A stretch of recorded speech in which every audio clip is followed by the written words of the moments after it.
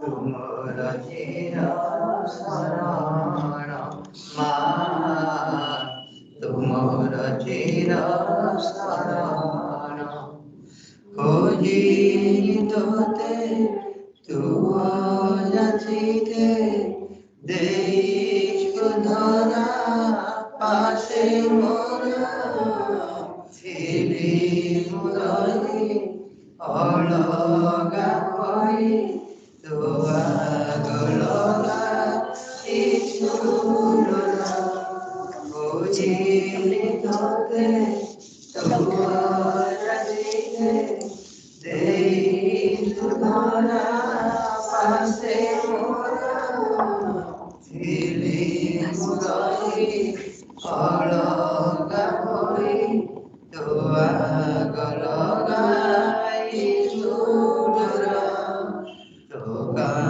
মহাই করুণা করি তোগা মহাই করুণা করি করি তুমতে বরণ এই বিপদ তোরা तुमरा चिरा शरण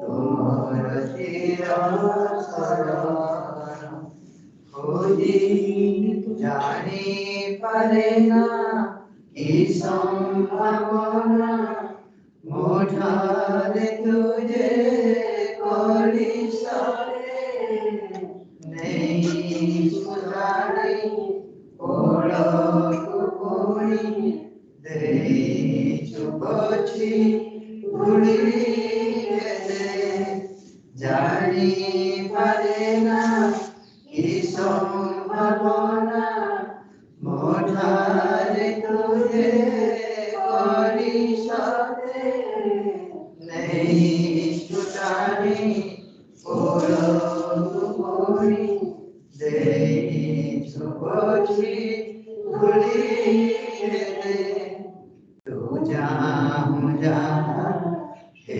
विमुता तुझा मुझा हे विमुता करत इच्छा पुराण এই জীবন তোরা तुमरा चिरा शरण मा तुमरा चिरा शरण निबिड़ करी रखी धरी हृदय चरण এই জীবন তোরা तुमरा चिरा शरण मा तुमरा चिरा शरण मा तुमरा चिरा शरण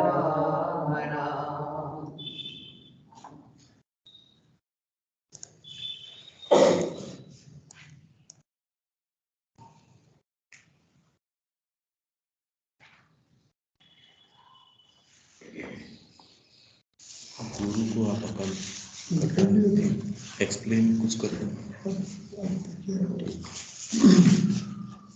काल से शुरू करता हूं मैं। पेज हमारा है 8।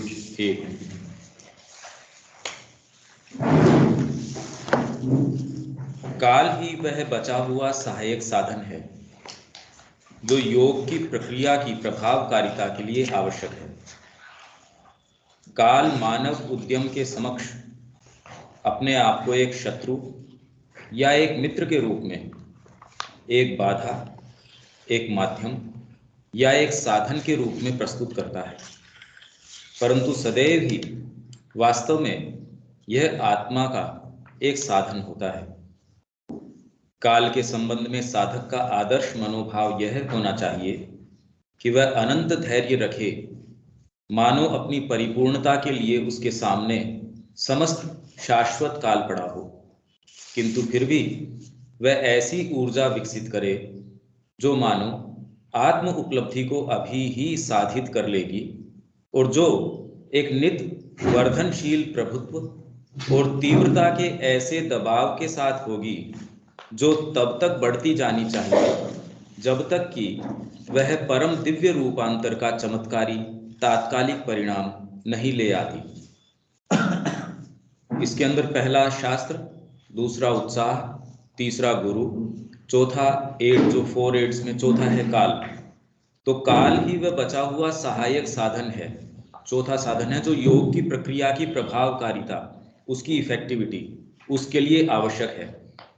काल मानव उद्यम के समक्ष अपने आप को एक शत्रु या एक मित्र के रूप में, काल जो है शत्रु के रूप में या मित्र के रूप में अपने आप को एक बाधा, एक माध्यम या एक साधन के रूप में प्रस्तुत करता है। बाधक के रूप में प्रस्तुत कर सकता है, एक साधन के रूप में प्रस्तुत कर सकता है। बाधक के रूप में कितना समय लग रहा है, उससे पहले जीवन काल हो गया। एक सहायक के रूप में प्रस्तुत कर सकता है वो, परंतु सदैव ही वास्तव में यह आत्मा का एक साधन होता है। आत्मा का एक साधन होता है हमेशा ही। काल के संबंध में साधक का आदर्श मनोभाव, आइडियल एटीट्यूड, काल के संबंध में व्यक्ति का आइडियल एटीट्यूड क्या होना चाहिए कि वह अनंत धैर्य रखे। व्याकुलता मतलब इंटेंसिटी और व्याकुलता, ये दोनों में अंतर है। अपनी परिपूर्णता के लिए उसके सामने समस्त शाश्वत काल पड़ा हो, इतना धैर्य हो उसके अंदर। ये नहीं कि मैं इतने समय से, इतने सालों से मैं इसका अभ्यास कर रहा हूं, ये चीजें क्यों नहीं हो पा रही। व्यक्ति में ये इम्पेशंस, रेस्टलेसनेस आ जाती है, इम्पेशंस आ जाता है। तो धैर्य इस तरीके का रखे मानो उसके सामने समस्त शाश्वत काल, इटर्निटी पूरी उसके सामने पड़ी हो। पर इसका मतलब ये नहीं कि वो तामसिकता के अंदर चला जाए, किंतु फिर भी वह एक ऐसी ऊर्जा विकसित करे जो मानो आत्म उपलब्धि को अभी ही साधित कर लेगी। ऐसी ऊर्जा कि मैं अभी साधित कर लूंगा इस चीज को, आत्म उपलब्धि को अभी साधित कर लूंगा, ये आइडियल एटीट्यूड है। और जो एक नित वर्धनशील प्रभुत्व और तीव्रता के ऐसे दबाव के साथ होगी जो तब तक बढ़ती जानी चाहिए जब तक कि वह परम दिव्य रूपांतर का चमत्कारी तात्कालिक परिणाम नहीं ले आती। और ये तीव्रता हमेशा इस रूप में बढ़ती जानी चाहिए जब तक कि दिव्य रूपांतर का जो तात्कालिक परिणाम है, इमीडिएट, उसको जब तक नहीं ली आती। ये एक आइडियल एटीट्यूड है काल के संबंध में साधक का। तो शत्रु के रूप में कैसे आप सकते हो? टाइम नहीं है अभी, जिंदगी तो खत्म होने वाली है, हमारा काम हुआ नहीं। ये शत्रु हो गया ना, ये टाइम नहीं है तो। और ऐसे बोलते हैं हम तो नहीं कर सकते, हमारा द्वारा ये नहीं होगा, मैं नहीं करूँगा। वो तो एटीट्यूड काल के संबंध में शत्रु के रूप में। भाई जब तक जीवन को जाना नहीं, उसके अंदर वर्क करना शुरू नहीं करता, उससे पहले शारीरिक शक्तियां क्षीण हो जाती है, जीवन थोड़ा बचता है, तो व्यक्ति ये देखता है ये क्या, मित्र के रूप में, इसलिए क्योंकि वो आपको रिमाइंड भी करता है, आपको इंटेंसिटी भी प्रदान करता है। मृत्यु आएगी तो हमेशा ही, अभी तक वो आपको रिमाइंड करते हैं, काल आपके पास इतना है। आज जैसे भजन गाया था ना, काया 2 दिन की, तो वो याद दिलाता है कि टाइम नहीं है, करो भगवान का, माँ का ध्यान करो, फिर तो टाइम निकल जाएगी। आपको याद भी दिलाता है कि टाइम कितना है आपके पास, तो वैसे फ्रेंड हो गया, आपको याद दिलाता है। अदरवाइज बोले death is a reminder to life, वो आता है ना, डेथ इज अ रिमाइंडर। भाई आपको 4 दिन का प्रोग्राम पता है मान लीजिए, तो आप ये सोचते हैं कि इतने में जितना मैं कर सकूं उतना फायदेमंद है। और यही कोई व्यक्ति हो जिसको पता है कि मैं हमेशा ही रहने वाला हूं, या वो उतनी कंसंट्रेटेड एक्टिविटी करे नहीं करे ये जरूरी नहीं है, तो ये रिमाइंड करता है क्यों इसको अगले जीवन के लिए या किसी भी समय के लिए छोड़ा जाए, क्यों ना अभी किया जाए। पर आइडियल एटीट्यूड इस तरीके से कि इम्पेशंस नहीं, उसके अंदर धैर्य पूरा, इस तरीके से मानो आपके पास शाश्वत काल पड़ा हो, पर इंटेंसिटी इस तरीके से कि मेरे को अभी उपलब्ध कर लेना है। ये काल के विषय में आइडियल एटीट्यूड है।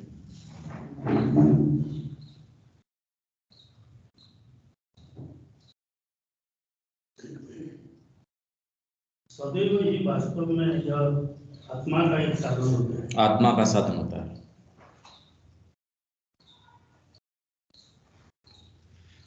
ये पूछ रहे हैं आत्मा का साधन कैसे होता है? काल जो है आत्मा का साधन किस तरीके से होता है? अभी तरीका तो श्रीमन का तो ये कहना है कि यहाँ जो अभिव्यक्ति है वो देश और काल दो के अंदर है। ऐसे यूनिवर्स हो सकते हैं जहाँ दूसरा का शाश्वत का भी है, इटर्नल का भी है। तो जैसे अब कोई आप पेंटर है तो आपके लिए स्पेस तो हो गया जो आपको मिल रहा हो, और काल आप प्रोग्रेसिवली उसको करते हैं। ये इसका बेसिक स्ट्रक्चर हमारे इस ब्रह्मांड का है ही कि इसमें जो काल है वो आपको अभिव्यक्ति के लिए प्रोग्रेसिव अभिव्यक्ति है। यहाँ पर ज़्यादा ज़्यादा की जाएगी। आप देखिए कैसे पहले मैटर से शुरू हुआ फिर इसमें आया। तो ये तो यहाँ का एक फ्रेमवर्क है बेसिक, जिसमें स्पिरिट काम करे। स्पिरिट बाउंड नहीं है काल से, पर ये इसको एक साधन बनाया, स्पेस को और समय को साधन बना के। ये यूनिवर्स हमारा टाइम एंड स्पेस का यूनिवर्स है। शाश्वत के भी है जहाँ कोई काल नहीं है, कोई स्पेस नहीं है, जहाँ सारा वो भी है, वो भी यूनिवर्सेज है, वो ग्रेटर यूनिवर्सेज है। पर हमारा यूनिवर्स में तो ये एक आत्मा का प्रमुख साधन है। आप आज जो नहीं कर सकते वो कल कर पाओगे। अभिव्यक्ति में अभी सुपरामेंटल बीइंग नहीं आया तो कल आ जाएगा। तो इस तरह से काल भी हमारा साधन है आत्मा का, परंतु आत्मा बाउंड नहीं है काल से। यहाँ ये साधन है, इतनी बात है। काल को हम हमारा साधन मानना चाहिए। बाधक साधन है आत्मा का, साधन है उसकी अभिव्यक्ति का। ऐसा चूज किया उन्होंने यहाँ। वो तो ये बोल रहे हैं ना कि कई टाइम हमको लगता है कि बाधक है, कोई टाइम हमको लगता है सहायक है, but really all the time वो इंस्ट्रूमेंट है। आत्मा का ही इंस्ट्रूमेंट है। रियली तो वो इंस्ट्रूमेंट है। नहीं तो और होता ही नहीं कई बार था, वो- एग्जिस्ट जैसे कर ही कुछ भी नहीं हमको सकता। कई बार ऑब्स्टिकल आता है, कई बार सेल्फ होता है, बट ऑल द टाइम माँ ही काम कर रही है ना सबके थ्रू। तो वैसे ही काल भी काफी आत्मा भी हमारा साधन है। हमारे हमारे खुद को देखना है, हमारे उद्देश्य हमको ट्रेन करेगा कि हमको बस हो बस जाए। हमको खुद दो साधन तो है आत्मा का, लेकिन हमको करना हम कैसे करते हैं? कैसे हम उसको कैसे लेते हैं, कैसे- कैसे लेते हैं, स्पेस right? हमारा हम कैसे स्पेस टाइम और स्पेस का ये बता रहे हैं। जैसे एक पेंटर है, पेंटर के माइंड के अंदर वो पूरी कृति एज इट इज है। सपोज वो जैसे ही उसको जिस कागज के ऊपर बनाना शुरू करेगा वो उसका स्पेस हो गया, और जिस क्रम से बनाना शुरू करेगा, पेंटिंग तो पूरी की पूरी विद्यमान है पर एक क्रम से शुरू करेगा वो, स्टार्टिंग करेगा। उसके दिमाग में एज टाइम और स्पेस से परे है वो चीज। पर जैसे ही इसमें आती है तो जिस कागज या जिस भी पत्थर या कि कोई भी चीज में जिसमें वो अपनी कृति करता है वो स्पेस हो गया, वो आधार हो गया जिसके अंदर वो अपनी कृति कर रहा है।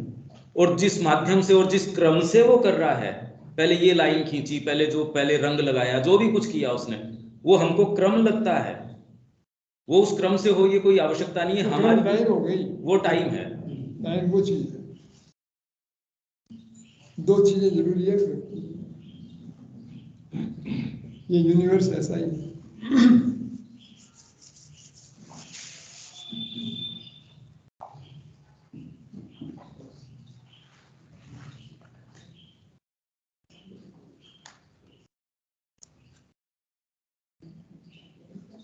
आगे चलो।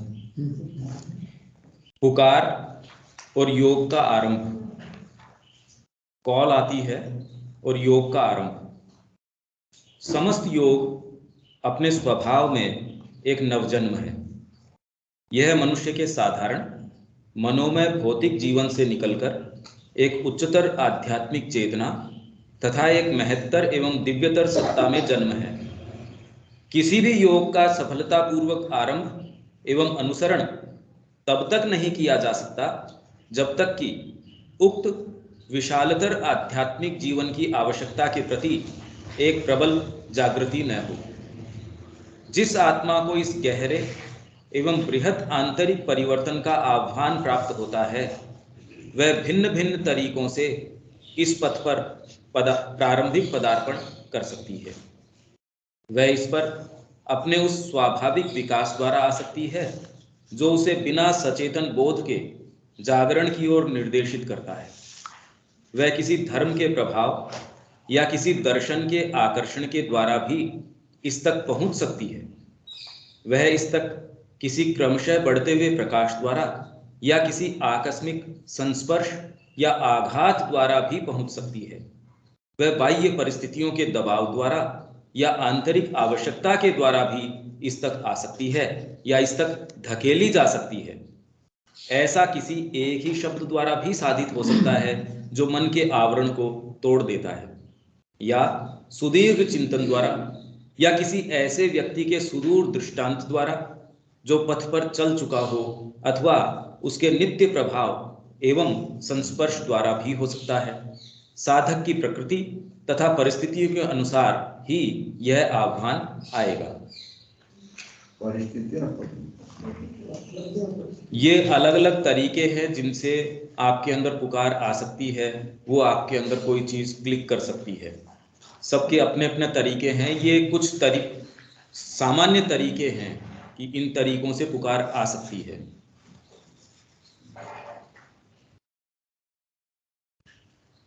यह भिन्न भिन्न तरीकों से इस पथ पर प्रारंभिक पदार्पण कर सकती है।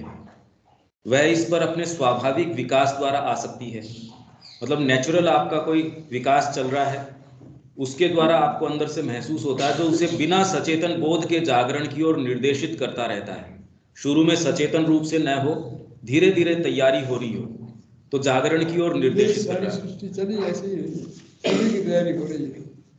तो कोई इस मुकाबले में पहुंच गया कि कौन चीज हो जाता है तो फिर वो रिजल्ट जल्दी आता है। तो ये अलग अलग तरीके हैं। धर्म के प्रभाव या किसी दर्शन के आकर्षण, कोई फिलोसॉफी है, कोई चीज है, उसके प्रति आपका इंक्लिनेशन है, वो क्यों है वो आप न भी जाने, आपका आकर्षण है किसी चीज के प्रति, उसके द्वारा हो सकता है। या इस तक किसी क्रमशः बढ़ते हुए प्रकाश द्वारा या किसी आकस्मिक संस्पर्श या आघात द्वारा। कितने लोग हैं माँ के पास गए, पहले ही दृष्टिपात के अंदर वो नहीं जानते माँ को क्या है क्या नहीं है, दर्शन के अंदर वहां गए और पहले ही दृष्टिपात के अंदर की भी यहाँ हमको कोई चीज मिल गई। कितने लोग हैं दोबारा वापस गए नहीं। ये आघात बहुत बहुत तरीकों से आ सकता है। ये इम्पैक्ट जो है वह बाह्य परिस्थितियों के दबाव द्वारा या आंतरिक आवश्यकता के द्वारा भी इस तक आ सकती है या इस तक धकेली जा सकती है। आपको पुश, पीछे से कोई चीज का पुश मिला, कोई आपके कोई इस तरीके की परिस्थिति है, कोई व्यक्ति आया, आप सामान्य जीवन में चल रहे हैं, उसके आने से आपको पुश मिला, या कोई ऐसी चीज जो आपको धकेल देती है उस ओर। आप कई समय से इंतजार कर रहे हैं, मैं इस जीवन में जाऊंगा, कोई ऐसी बात, कोई ऐसा चीज, कोई ऐसा प्रभाव वो आपको पुश दे देती है। वो शब्द के द्वारा हो सकता है, व्यक्ति के इन्फ्लुएंस द्वारा हो सकता है, कैसे भी हो सकता है। ऐसा किसी एक ही शब्द द्वारा भी साधित हो सकता है जो मन के आवरण को तोड़ देता है। जैसे शब्द कोई जो आवरण को, जैसे एक शब्द, कौन सा ऐसे शब्द? शब्द मतलब एक वन वर्ड के मतलब नहीं, मतलब कोई ने कुछ कह दिया या आपने कुछ पढ़ लिया या कोई सुन लिया। जैसे वो बहुत फेमस स्टोरी होती है ना कि बुद्ध भगवान को उसने कहा कि वो आपस में बात कर रहे थे तो उनको बोला कि ज्यादा टाइट भी नहीं होना चाहिए, ज्यादा लूज भी नहीं होना चाहिए, नहीं तो टूट जाएगा। तो उनके एकदम से वो लग गया बात और वो उनको मिल गया। तो ऐसे कोई भी एक बात आपको लग जाएगी तो आपको एग्जाम्पल देता हूँ। हाँ जी, एक आदमी था, वो जा रहा था, वो रास्ते में वो पान खा के जो पेपर को फेंक देते हैं, उसको किसी कारण उठा लिया। इसमें 2-3 वार्स था, इसमें ऐसा प्रभावित हो गया उसका जीवन परिवर्तन, सब खुद कहते हैं ऐसे शब्द को। जब तक जीवन में योग नहीं है, हमारा नहीं बना, तू जन्म तो नहीं ऐसे ही हो। तो जो अंकल जी बच्चे से कई बार बोलते हैं ना, एनिमल लाइफ चीजें हम लोग हैं। ऐसे श्रीराम ने भी बोला है, माँ ने भी बोला है कि वो पशु का जीवन है, पशु का जीवन आप व्यतीत करते हैं। अभी भी वही है जब तक वो अंदर हो। तो ये सारे तरीके हैं जिनसे पुकार आ सकती है। वहाँ पे चला है। टर्निंग पॉइंट बनेगी। हाँ जी, टर्निंग पॉइंट। हाँ टर्निंग हाँ। Turning point. परंतु जिस भी तरीके से यह आए, इसके साथ ही मन तथा संकल्प शक्ति का निर्णय और उसके परिणाम स्वरूप पूर्ण तथा प्रभावी आत्मोत्सर्ग भी आवश्यक है। सत्ता में एक नूतन आध्यात्मिक विचार शक्ति की स्वीकृति एवं ऊर्ध्व अभिमुखता, ज्ञान का प्रकाश, एक ऐसा दिशा परिवर्तन या रूपांतर जिसे इच्छा शक्ति व हृदय की अभीप्सा अधिग्रहित कर ले। यह एक ऐसा महान कृत्य है जिसमें वे सभी परिणाम बीज रूप में निहित होते हैं जो योग से प्राप्त होने हैं। किसी सुदूर उच्चता के प्रति मात्र विचार या बौद्धिक जिज्ञासा, चाहे मन की रुचि द्वारा उसे कितने भी प्रबल रूप से पकड़ा गया हो, तब तक प्रभावहीन रहती है जब तक कि उसे हृदय द्वारा एकमात्र वांछनीय वस्तु तथा इच्छा शक्ति द्वारा एकमात्र करणीय कार्य के रूप में दृढ़ रूप से नहीं पकड़ लिया जाता। क्योंकि आत्मा के सत्य को केवल विचारना ही नहीं अपितु जीना होगा, और उसे जीना एक एकीकृत एकनिष्ठता की मांग करता है। योग के द्वारा अपेक्षित यह एक ऐसा महान परिवर्तन है जो किसी विभक्त इच्छा शक्ति द्वारा या ऊर्जा के स्वल्प अंश के द्वारा या फिर संकुचाते हुए मन द्वारा साधित नहीं हो सकता। जो भगवान को पाना चाहता है उसे स्वयं को भगवान के प्रति और केवल भगवान के प्रति उत्सर्ग करना होगा। ये सबसे इंपॉर्टेंट बात है। और चीजें आपके ये तो अकेले आप इसमें करो तो भी बड़ा मुश्किल है, और चीजें भी आपके साथ में भाई ये तो भगवान का तो करना है, ये भी कर ले तो फिर वो तो कुछ नहीं, तो धीरे धीरे चलेगा।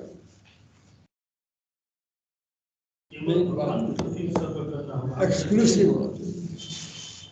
और समझ में आ जाएगी तो एक्सक्लूसिव हो ही जाएगा, नहीं समझ में आएगा जब आपको और कोई चीजें चाहिए, आपको सुख चाहिए, आपको वो चाहिए, आपको ये आपको कोई सिद्धि चाहिए, फलाना निकला चाहिए, तो वो उससे आप उसको शुरू करो तो उससे काम बैठेगा। सिर्फ परमात्मा की चाह है तभी ये हो सकता है, नहीं तो इसलिए होता नहीं। शुरू लोग बहुत करते हैं, नहीं होता नहीं।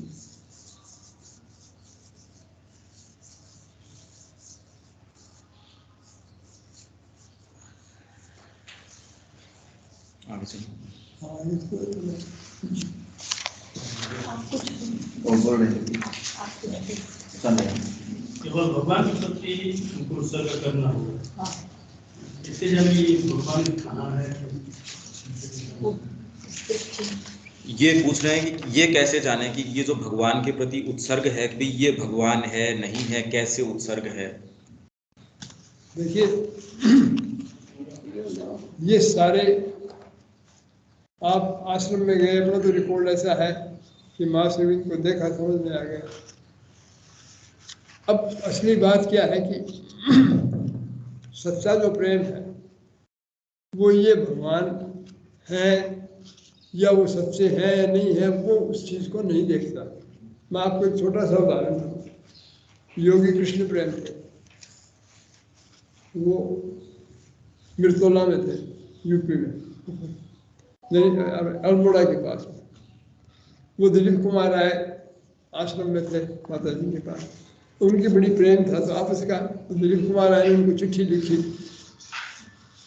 भाई आप एक बार पांडिचेरी इधर आओ साउथ में, तो यहाँ आने पर आपको माँ श्रीविंद से मैं मिला दूंगा और उनके आशीर्वाद से आपकी साधना बहुत बढ़िया। तो कृष्ण प्रेम ने जवाब दिया कि मुझे माँ श्रीविंद की कोई आवश्यकता नहीं, ठीक है ना, मेरे को मेरा गुरु का, ठीक है ना, मुझे और किसी चीज़ की आवश्यकता। तो बोला भगवान तो मेरे को छोड़ सकता है पर मेरा गुरु कभी नहीं छोड़ेगा। तो बोले मेरे को तो जरूर। अब दिलीप कुमार राय को तो बड़ा बुरा लगा, अरे भाई वो तो गुरु है, ठीक है, ये तो साक्षात परमात्मा के रूप है, ये तो बिल्कुल मूर्ख आदमी। तो वो माँ के पास गए, बोले माँ देखो मैं तो इसको बहुत ज़्यादा वैल्यू करता था, पर ये आदमी में तो समझ नहीं। बोले क्या बात है? उन्होंने बताया तो उसने माँ ने कहा कि ये तो बिल्कुल सही आदमी है। यही एटीट्यूड तो रखना चाहिए, वरना तो तुम मार्केटिंग कर रहे हो। भाई ये तो है, तुम उसको वो और भी ऊंचे है, तो उनके पास चले जाओ, तो मार्केटिंग है। तो ये इसमें ये चीज अपने यहाँ कहा कि गुरु साक्षात परम ब्रह्म है। गुरु ब्रह्मा गुरु विष्णु गुरुदेव महेश्वर, गुरु साक्षात परम ब्रह्म है। तो वो जो कह रहे हैं उसका मतलब क्या है कि आपको वो ह्यूमन फॉर्म में मिल गए हैं और परमात्मा उन्हीं के थ्रू आपको गाइड कर देगा, जो भी परमात्मा है जैसा भी है। तो हम लोगों का तो एटीट्यूड ये है कि हमें तो महाश्रीविंद मिल गए, अब वो परमात्मा है या नहीं है, या कोई आध्यात्मिक कैपेसिटी उनकी है कि नहीं, कोई इश्यू हमारे सामने नहीं। जिसको प्रेम है वो बखेड़ा ही नहीं देखता कि उसका वो रिच आदमी है, पूरे उससे मुझे कुछ मिलेगा कि नहीं मिलेगा। तो आप आध्यात्मिकता में जाओगे ही कहाँ? जब आप मार्केटिंग कर रहे हो तो आप कोई बढ़िया गिरी है, इसलिए ये प्रश्न भी नहीं आता है। मुझे मतलब नहीं है अच्छा या बुरा, मेरा मन तो इस पे है, इस पावर से ही काम हो सकता है। और आप कैलकुलेशन में होगी भाई कौन सा बढ़िया है। हम हरदम बार्गेनिंग में ही रहते हैं, इतना आप देते हैं, आप भी मुझे इतना देंगे, वही है। तो वो एटीट्यूड रहता है शुरू में, और वो रहेगा जब तक आप इधर उधर, वरना तो सच्चे प्रेम में ये एटीट्यूड होता है। मनुष्य के प्रेम में भी नहीं होता।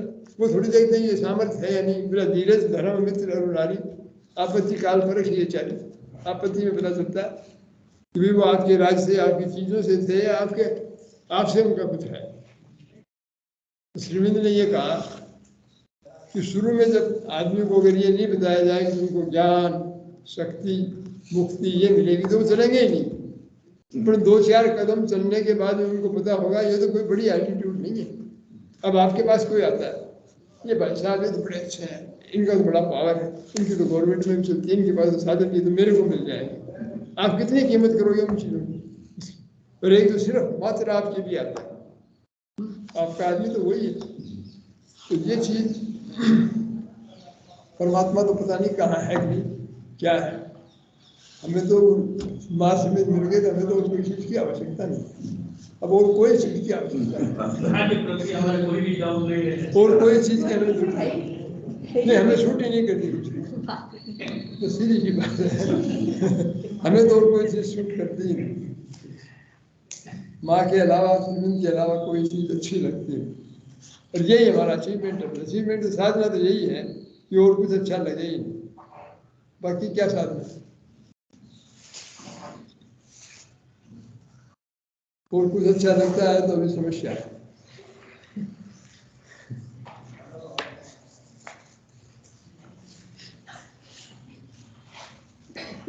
चले आगे। आगे यदि परिवर्तन किसी अदम्य प्रभाव के द्वारा एकाएक और सुनिश्चित रूप में संपन्न हो जाए तो फिर अन्य कोई मूलभूत या स्थायी कठिनाई नहीं रह जाती। मार्ग का चयन विचार के बाद ही या उसके साथ ही साथ हो जाता है और चयन के बाद सहज रूप से आत्मोत्सर्ग हो जाता है। चरण पहले ही मार्ग पर दृढ़ता से रखे जा चुके हैं, चाहे प्रारंभ में वे अनिश्चित रूप से भटकते हुए ही प्रतीत क्यों न हो, और चाहे स्वयं मार्ग भी धुंधले रूप से ही क्यों न दिखाई देता हो और लक्ष्य का ज्ञान भी अधूरा क्यों न हो। इसकी बात गुप्त गुरु अंतस्थ मार्गदर्शक पहले ही कार्यरत हो चुका है, भले ही वह अभी अपने आप को प्रकट न करे या अपने मानवीय प्रतिनिधि रूपी व्यक्ति में अभी न दिखाई दे। चाहे जो कठिनाइयां या दुविधाएं क्यों न पैदा हों, वे अंततः उस अनुभव की शक्ति के आगे नहीं टिकी रह सकती जिसने जीवन की धारा को पलट दिया है। यह आह्वान एक बार निर्णायक रूप से होने पर स्थायी रहता है। जो चीज उत्पन्न हो चुकी है उसे अंततः दबाया नहीं जा सकता है। भले ही परिस्थितियों का दबाव व्यक्ति को आरंभ में नियमित अभ्यास या व्यवहार में पूर्ण क्रियात्मक आत्मोत्सर्ग करने से रोके, फिर भी मन ने अपनी दिशा निश्चित कर ली होती है और वह डटा रहता है तथा नित्य वर्धनशील प्रभाव के साथ अपनी प्रमुख तन्मयता की ओर लौटता रहता है। आंतर सत्ता में एक अजेय दृढ़ता होती है और इसके समक्ष अंत में परिस्थितियां शक्तिहीन हो जाती हैं तथा प्रकृति की कोई भी दुर्बलता अधिक समय तक बाधा नहीं बनी रह सकती है। इसमें मेन बात यही है कि आप शुरू करते हैं तो एक कोई मूवमेंट आता है, उससे आपने शुरू कर दिया, आपको सारा ज्ञान सारी पहले कहाँ से आएगी, वो तो रास्ते पे चलने पे ही आएगी। तो वो तो फिर सहज रूप से परमात्मा ने आपको उस पर धकेल दिया, देख चले, वो सहज रूप से आती जाएगी, जितना आवश्यक है उतनी समझ आ जाएगी। आपकी जो कमजोरियां हैं वो भी आपके सामने आ जाएंगी, उनको हैंडल करना, सारी चीज़ों के बारे में प्रोग्रेसिवली आप अपनी सारी चीज़ के बारे में सचेतन होते जाओगे।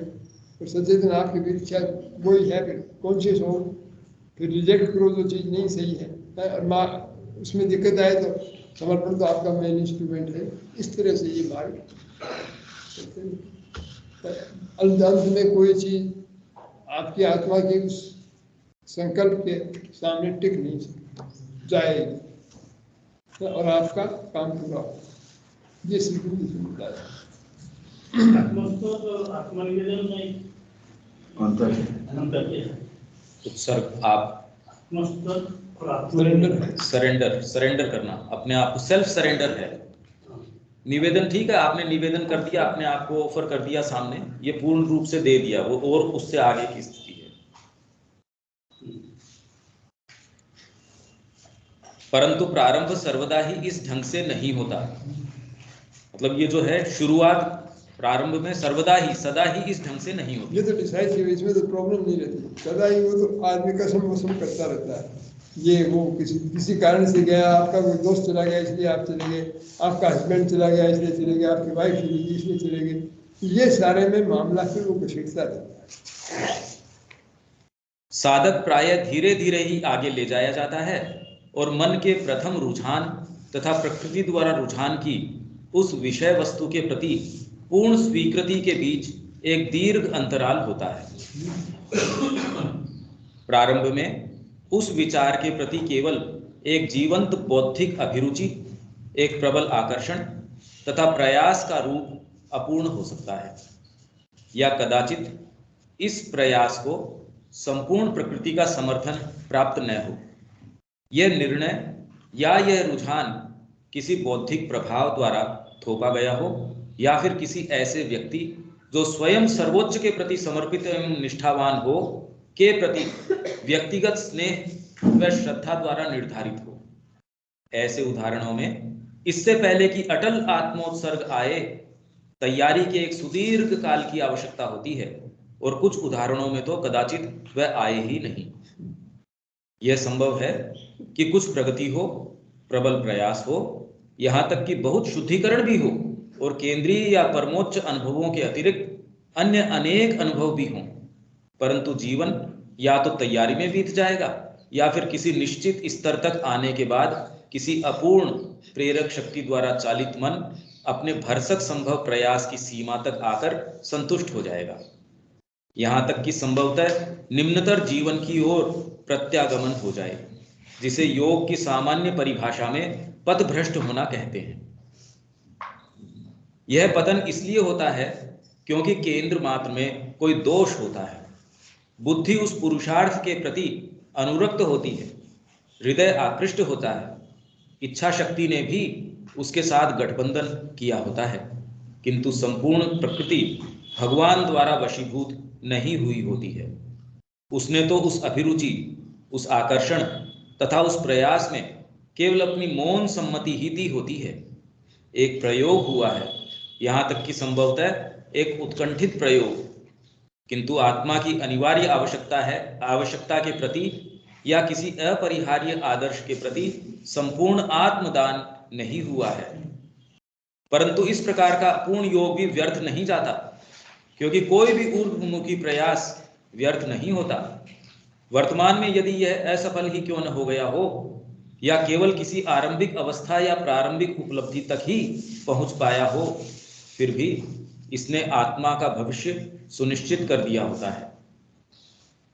मतलब ऐसी कोई स्टेज के ऊपर आके आपने शुरुआत करी जिसके अंदर आप आकृष्ट हो गए, किसी व्यक्ति के कारण आकृष्ट हो गए, किसी चीज के कारण आकृष्ट हो गए, पूरी बात अभी नहीं है, या बीच में कोई ऐसी गांठ है, कोई ऐसी चीज है, तो ऐसी चीज हो सकती है जिसे योग की भाषा में पथभ्रष्ट होना कह सकते हैं। आप कहीं किसी स्थान विशेष के ऊपर जाके रुक सकते हैं, ये सारी चीजें हो सकती है, पर इसमें अश्योरेंस इस चीज का है कि इस तरीके का जो चीज है अपूर्ण योग भी अल्टीमेटली व्यर्थ नहीं जाता। जो गीता के अंदर भगवान उसको अश्योरेंस दे रहे हैं, नेहाभिक्रम नाशोस्ति, कि इसमें एक कदम भी आप चलते हो इसके अंदर ये नहीं है कि उसका नाश नहीं होगा, उससे आगे ही जाओगे। नहीं तो व्यक्ति कहेगा भी पूर्ण तो मैं कभी जा नहीं सकता इसलिए शुरू क्यों किया जाए, तो भी तू जहां तक भी जाएगा वो अश्योर्ड है तेरे लिए, क्योंकि कोई भी ऊपर का जाने का प्रयास है व्यर्थ नहीं होता। जितना आप गेन करते हैं वो तो आपकी निधि है, वो आपको मिलेगी। वर्तमान में यदि ये असफल ही क्यों न हो गया हो, या किसी प्रारंभिक अवस्था या प्रारंभिक उपलब्धि तक ही पहुंच पाया हो, फिर भी इसने आत्मा का भविष्य सुनिश्चित कर दिया होता है। आपका भविष्य है इसने सुनिश्चित कर दिया होता है जी, पूरा निश्चित। हाँ, पर ये इस चीज का वो नहीं हो सकता कि मेरे को फिर बाद में इतना सा ही कर लेना चाहिए। शुरू में ये था कि इंटेंसिटी तो ये कि मेरे को तो पूरा ही मार्ग तय करना है, कि इतना सा मैं कर लेता हूँ, चलो और भी कर लेता हूँ, वो फिर बाद में वो सही एटीट्यूड नहीं हो सकता। ये कह रहे हैं वैसा एटीट्यूड लेके चलो तो भी मार्ग में ऐसी चीजें हो सकती हैं। अगर पहले ही एटीट्यूड ही मेरा कमजोर है तब तो मार्ग हुआ ही नहीं। आप ये मत सोचिए, ये कह रहे हैं कि एटीट्यूड में कमजोरी है। अगर आप इस तरीके से भी चलते हैं तो भी ये चीजें होती हैं, इनफैक्ट ये ही चीजें होती हैं तो भी तो अगर अधूरे मन से चलेंगे तो उसकी बात नहीं कर रहे हैं ये। आप ये सोचे हम अधूरे मन से चले तो कुछ तो गेन हो जाएगा, वो नहीं। और वैसे तो देखिए भगवान का नाम भी लेने से कुछ तो होता ही है, तो वो तो भगवान के नाम से नुकसान नहीं, फायदा नहीं था। फायदा ही नहीं, तो सारा खाली फायदा। नहीं, अंकल जी कह रहे हैं भगवान के नाम से ही सब कुछ होता है, पर कोई ले तब ना। नहीं लेने से क्यों मिलेगा? उसी तरह जी मेरा रीज भजो या खींच, हाँ रीज भजो या खींच, जमीन पर तो जामीन है, उल्टे सीधे बीज।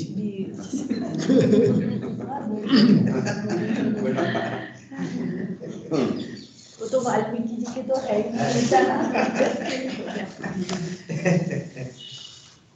परंतु यदि हम इस जीवन द्वारा प्रदान किए इस सुअवसर का अधिकतम लाभ उठाना चाहें, आ गई ना ये बात, यदि हमें प्राप्त हुए उस आह्वान का हम यथेष्ट रूप से प्रत्युत्तर देना चाहते हैं, तथा उस लक्ष्य जिसकी हमें झलक मिल चुकी है कि और केवल बढ़ना मात्र ही नहीं अपितु उसे प्राप्त करना चाहते हैं, तो यह अनिवार्य है कि आत्मदान पूर्ण हो। योग में सफलता का रहस्य है इसे जीवन के अनेकानेक अनुसरणीय लक्ष्यों में से एक के रूप में नहीं, एक में उद्देश्य समझा जाए। उसे जीवन का एक महत्वपूर्ण अंग ही नहीं अपितु संपूर्ण जीवन ही समझा जाए। जीवन में और कोई चीजें आपके हैं, कई तरह की सेटिस्फैक्शन, आपकी ड्यूटियां हैं, आपका फलाना है ढिकड़ा है, तो वो आपको बाधा के रूप में रोका रखेगा। इसका मतलब आत्मा ने यदि पूरा काम नहीं किया, आप अपने आप पर ही केंद्रित हो। देखिए, नहीं तो अपने आप पर केंद्रित नहीं हो तो फिर बात खत्म हो जाती है। आत्मा की बात कर रहा हूँ मैं, और तो चीजें केंद्रित रहती है, प्राण है तो सब रहते हैं। अगर आप आत्मा पे केंद्रित नहीं आप करो, मुझे तो और कोई चीज से आपकी आत्मा स्वीकार करती ही नहीं, और कोई चीज को, तो फिर परिणाम। जब तक आत्मा को और कुछ चाहिए तो फिर ये काम, इसका मतलब आपकी अंतरात्मा साइकिक का प्रभाव आया नहीं है दिल में या माइंड में या बुद्धि में, तो फिर आप इधर उधर करते रहो। वो तो सारा जीवन ही योग है, फिर तो सब कर ही रहे। ये जो शॉर्ट पियर्सिंग, जैसे आप बहुत शार्प चीजें तो छेद हो जाएगा, नहीं तो मोटे से करते रहो आप, तो छेद नहीं होगा दीवार में। तो ये आपको फोकस करना पड़ेगा। और जीवन में ये एक लक्ष्य नहीं, ये ही लक्ष्य हो। जीवन और कुछ है ही नहीं मेरे लिए, तो बस है। बाकी की चीज आते हैं वो तो बाधाएं हैं, जबरदस्ती आके कोई बाधा कर दी, वो कर दी। अब कोई आपकी तरफ जाना चाहता है, कोई बाधाएं आए तो ठीक, उनको निपटेगा, फेंकेगा इधर उधर, पर उसको तो मतलब नहीं, वो तो उसी पे है। पर एक दूसरे को बखेड़ा ही अलग अलग चाहिए, तो वो तो फिर किसके साथ चला जाएगा, कभी किसके साथ गया, कभी किसके साथ, तो उसका तो बाधाएं आना एक चीज है, और बाधाओं के अंदर उलझ जाना और उनको कोई बढ़िया चीज समझ लेना दूसरी चीज है। तो जिसको आत्मज्ञान हो गया पूरा, वो और कोई बाधाएं उसको विचलित कर नहीं सकती। आएंगे उनको भी निगोशिएट करेगा, चलेगा। कैसी जमीन खराब आ गई, खड्डे आ गए तो हम आगे जाने से थोड़ी रुक जाएंगे, नीचे उतरेंगे जाएंगे ऊपर। खड्डे नहीं आएंगे ये नहीं करें, पर आप क्रॉस कर जाओगे। दूसरा जो आदमी ऐसे खड्डे आगे दूसरा उधर चले जाए तो कॉफी पी ले वहाँ पे, थोड़ा ये कर ले, थोड़ा एक बार ये खड्डा है ये भर जाएगा तब देखेंगे। ऐसे आदमी को क्या करो। हमारी ये समस्या हल हो जाएगी जब सच्चे दृष्टिकोण तो ये है कि जिस दिन समझ में आ गया उसके बाद में एक मिनट भी इधर उधर आपकी कॉन्शियसनेस तो जाती ही नहीं और कहीं, तब ये मार्ग वास्तव में है। वरना तो आप टाइम मार्क करते रहो, फिर आपको लगा रहा है मेरा तो कुछ हुआ नहीं मेरे थे, तो आपने किया ही क्या जो होता आपका। आप तो व्यापार कर रहे थे, मार्केटिंग कर रहे थे, तो आपको क्या, आप देखा कि यहाँ बढ़िया है, कुछ साधना हो जाए, कुछ ज्ञान हो जाए, मुक्ति भी मिल जाए तो चले जाओ, तो फिर वो वैसी चीज होगी जाए। प्रेम तो ये कैलकुलेट नहीं कर कहते हैं आह्वान आ रहा है, हमेशा आह्वान आ रहा है, लेकिन उससे पहचाना हमारा काम है, ठीक है ना। इसमें आह्वान तो सदा ही आ रहा है, पर पहचानना हमारा काम है। पहचानना हमारा काम है। और वो बोलते हैं जो वाहन आ रहा है ना, जैसे माँ ने एक बार बोला है, माँ ने दरवाजे पे खड़े हैं, लेकिन हम पहचान हम तो आह्वान को पहचान उसके बारे में ये है ना, आगे आ रहा है फिर क्या किए जाने की आवश्यकता है। नेक्स्ट टाइटल जो आ रहा है वो तो बहुत आएगा, वो तो बहुत बेकार है। अब तो ये बिल्कुल जो कह रहे हैं वो तो बिल्कुल खत्म कर रहे, नहीं तो कुछ भी नहीं हो। अब ये क्या करने की आवश्यकता है वो आप मतलब जितना हो सके, जो भी संभव है सब कुछ, भरसक संभव मतलब जो हो सके सो, उसके लिए ये मतलब कोई चीज जो आपके पास जो संभव बने वो सब कुछ हाँ, मतलब जो कुछ बन पड़े, जो कुछ भी, जो कुछ हो सकता है, जो कुछ भी, और पॉसिबिलिटी आने का पूर्ण प्रेरक शक्ति द्वारा चालित मन अपने भरसक संभव प्रयास की सीमा पर आकर संतुष्ट हो जाएगा। यहाँ तक कि संभवतः निम्नतर जीवन की और व्यापक मन हो जाए, जिससे जो कि सामान्य परिभाषा को पथभ्रष्ट होने हाँ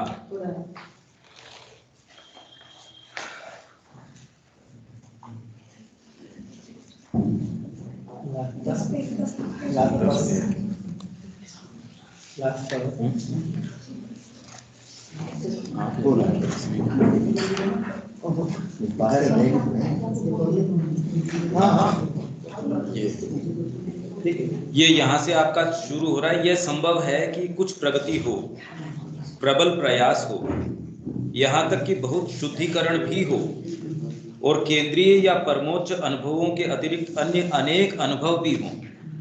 मतलब आपको इस मार्ग में बहुत सारे एक्सपीरियंसेस हो सकते हैं, बहुत सारा शुद्धिकरण, क्योंकि कई लोग प्योरिफिकेशन पे तो कि मेरा मन का, प्राण का, शरीर का, इन सारों का शुद्धिकरण हो, क्योंकि हठ योग वगैरह इसी को तो केंद्र करके चलते हैं। पर इसमें हमने पूर्ण योग का क्या है कि उसमें जो भी ये सारे मार्ग दे सकते हैं उससे ज़्यादा ये दे सकता है, पर ये इस एम से नहीं चलता। तो आपको ये सारी चीज़ें भी हो सकती हैं, परंतु जीवन या तो तैयारी में बीत जाएगा, कितना कर पाएंगे हम, कितना हठ योग कर सकते हैं, कितना क्या कर सकते हैं, इस तैयारी में बीत जाएगा। या फिर किसी निश्चित स्तर तक आने के बाद किसी अपूर्ण प्रेरक शक्ति द्वारा चालित मन जो है किसी अपूर्ण प्रेरक शक्ति, अपूर्ण शक्ति है जो आपको आगे चला रही थी, अपने भरसक संभव प्रयास की सीमा तक आकर संतुष्ट हो जाएगा। मतलब मन ज्यादा से ज्यादा, जैसे आप पहाड़ पे चढ़ रहे हैं, पूरी मेहनत करके सारे साधन लगा के कि भी मेरी सीमा तो यहाँ तक है, मैं यहाँ आके रुक गया, तो मन है अपना सारी शक्ति सारी झोंक देगा तो भी यदि अपने इस तरीके के प्रयास से चलता है, वो एक जगह आके अपनी सीमा घोषित कर देगा। इससे एसेंट ऑफ सेक्रीफाइस है ना माँ का, उसमें कौन सा कहाँ के रुकेगा, कौन सा कहाँ रुकेगा, नाटक है ना, सारे रुक जाएगा। माँ का एक नाटक है, असेंट टू ट्रुथ, सत्य आरोहण। और उसमें कैसे कैसे, और सबसे पहले फिलैंथ्रोपिस्ट जो है, जो परोपकारी व्यक्ति है, सबसे पहले वही रुकता है। ये तो आपने सबने पढ़ी रखा है। भरसक मतलब उसके अंदर, मेरे अंदर जितना मैं कर सकती हूँ, भरसक का मतलब होता है।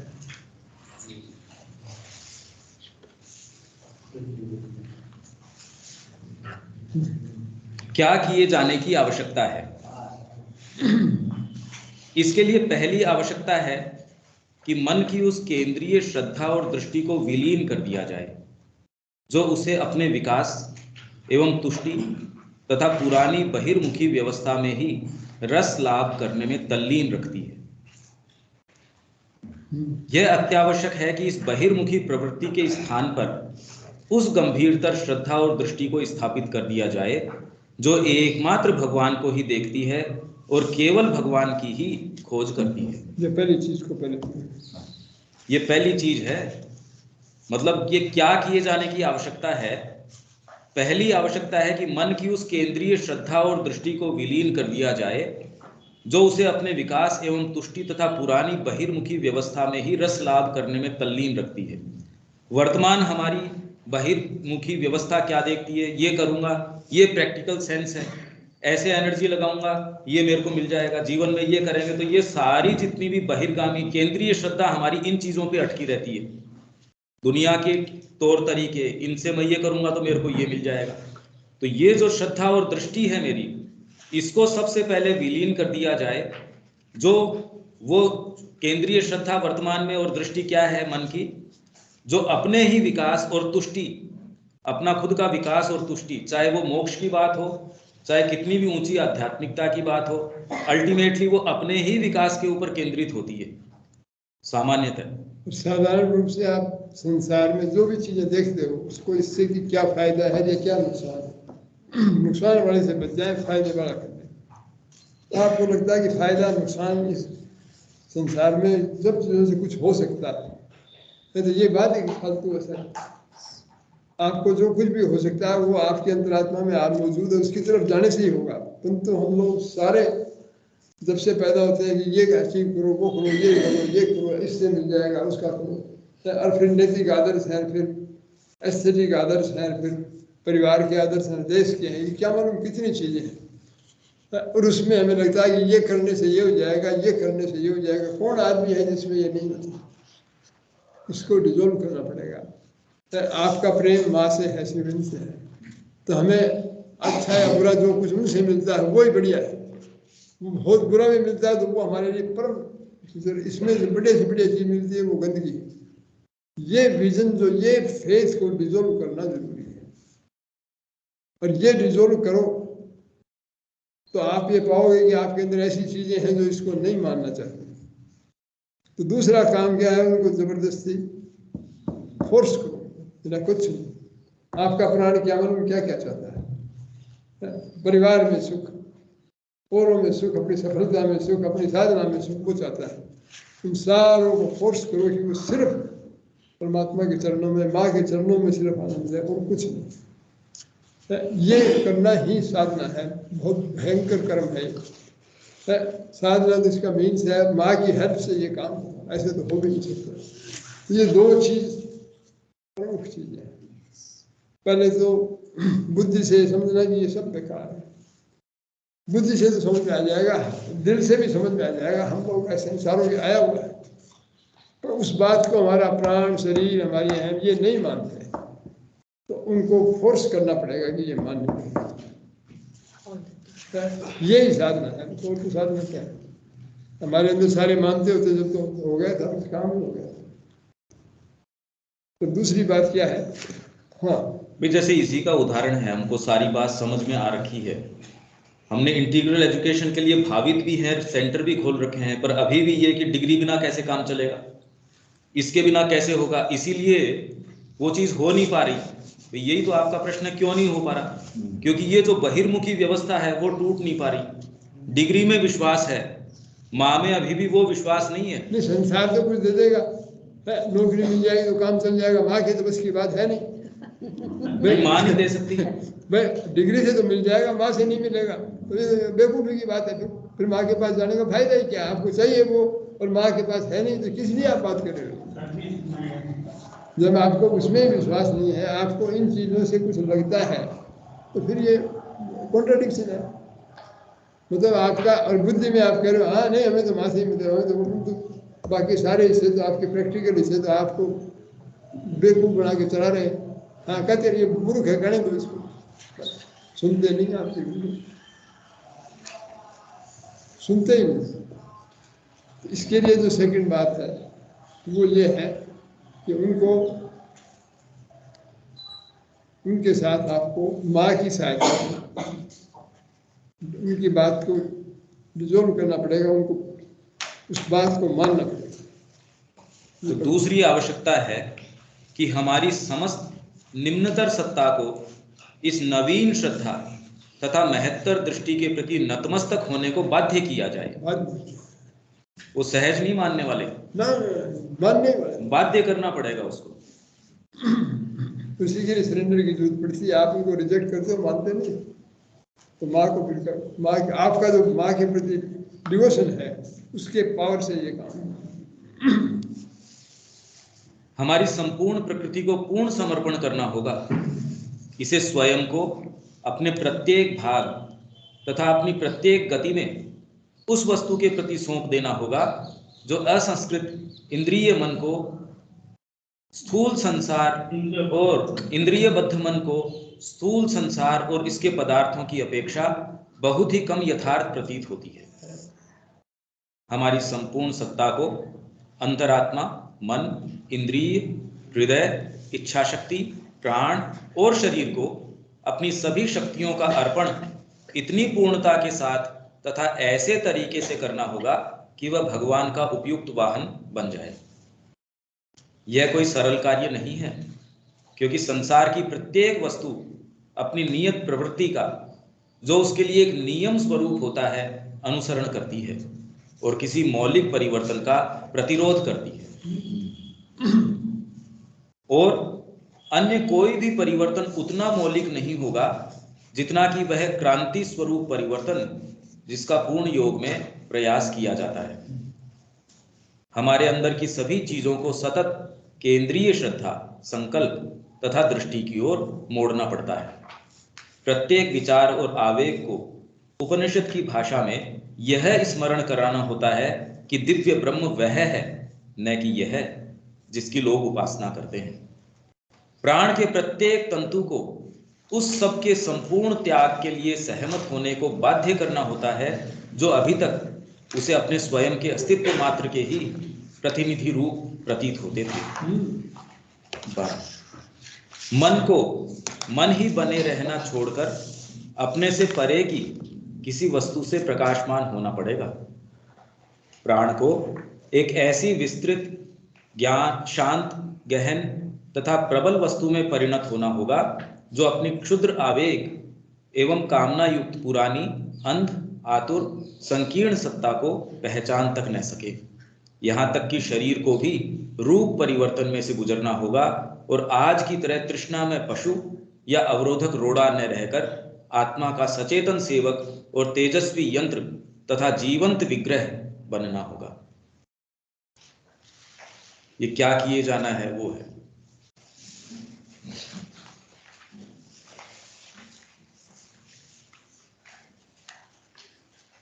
भारी काम ये अच्छा अपने आप अच्छी होता है। अगर आपने माँ के चरणों में प्रेम आ गया तो वो सहज रूप से हो जाएगा। ये नहीं आया तो फिर ये तो छोटी मोटी चीज भी नहीं कर सकता आदमी, ये तो कहाँ से कर देगा।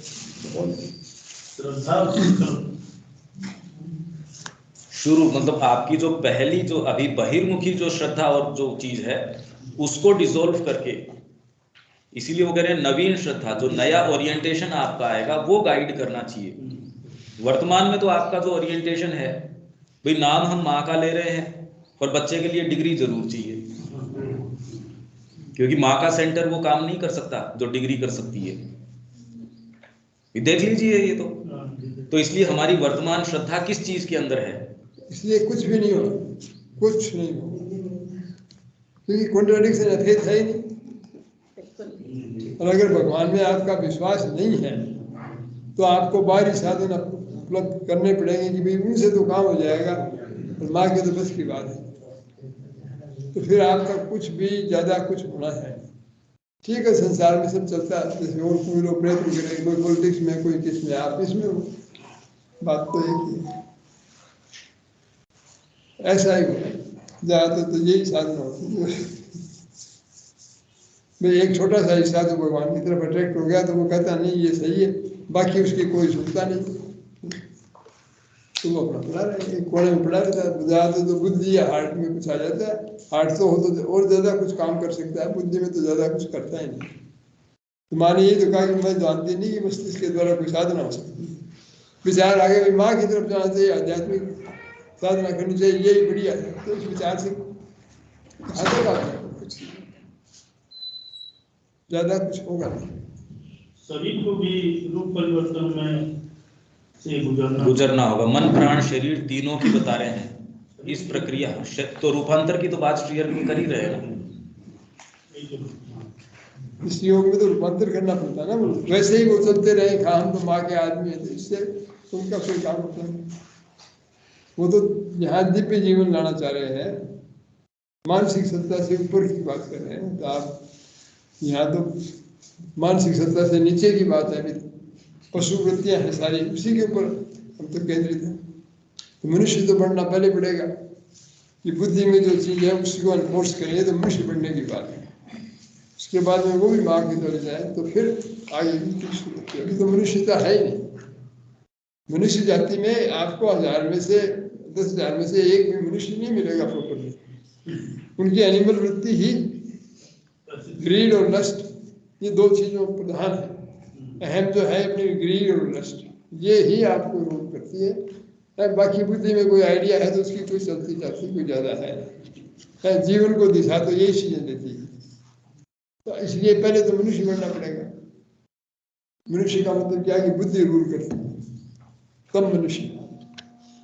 अभी तो वो रूल करती नहीं, तो इसलिए आगे की बात तो क्या करें। ये सब इसी परिवार में रह के तो हैं? अपना अपना फैमिली में रहकर ही सब काम करना पड़ेगा। हैं? ये कह रहे परिवार के अंदर रह के ही तो ये काम करना पड़ेगा। वो देखिए, ये काम तो कहीं भी रह के हो सकता है, कहीं भी नहीं हो सकता। पर आपके लिए परिवार इम्पोर्टेंट है, ये परिवार में रहना जरूरी है। तो फिर आपका ये काम जो भी आप करेंगे तो आवश्यक है मेरे लिए, तो फिर माँ का काम है। जो आवश्यकता है तो वो डिसाइड करेगी। मैं आपके लिए माँ कहते परिवार में रहोगे करो तो आपको कोई दिक्कत नहीं। वो कहते छोड़ के इधर चले जाओ तो आप 2 मिनट में चले गए, तब तो आप समर्पित हैं। नहीं तो आप दुराग्रह में हैं। या आप जंगल में आ गए, माँ ने कहा वहाँ जाके काम करना, मैं तो जंगल में जाके नहीं कर सकता, मैं तो संसार में नहीं कर सकता। तो आप अपने आग्रह पे हैं, वो माँ के रूप में नहीं कर रहे। वहाँ तो इन चीज़ों का तो कोई महत्व नहीं है, एक इंस्ट्रूमेंट है। तो आपको कहा भैया ये काम खुद ही कर, ये काम कर लो, इसको छोड़ दे, ये कहते आप वो करने लगे। पर आप करें नहीं मुझे तो यही करना है, तो फिर वो साधना की बात नहीं है। फिर तो वो कर्मण्याधिकारस्तु माँ फलेषु कदाचन, तो फल के लिए कर रहे हो आप, तो आपको चाहिए, आपको तो क्या मालूम क्या क्या चाहिए। और इसलिए कहते हैं भाई ये है माँ अकोमोडेट करे, मेरा परिवार का द्वैत मेरा प्रेम है, माँ भी उसमें आ जाए, वो भी उसमें समा जाए, तो भगवान उसमें नहीं घुसने वाला। आपको ही भगवान में जाना पड़ेगा। वो आपकी उसमें वो समा जाए, उसमें मेरी इच्छाएं कामनाएं पूरी होती रहे, भगवान वो करता रहे, तो भगवान का मैं फिर बड़ा नाम दूंगा।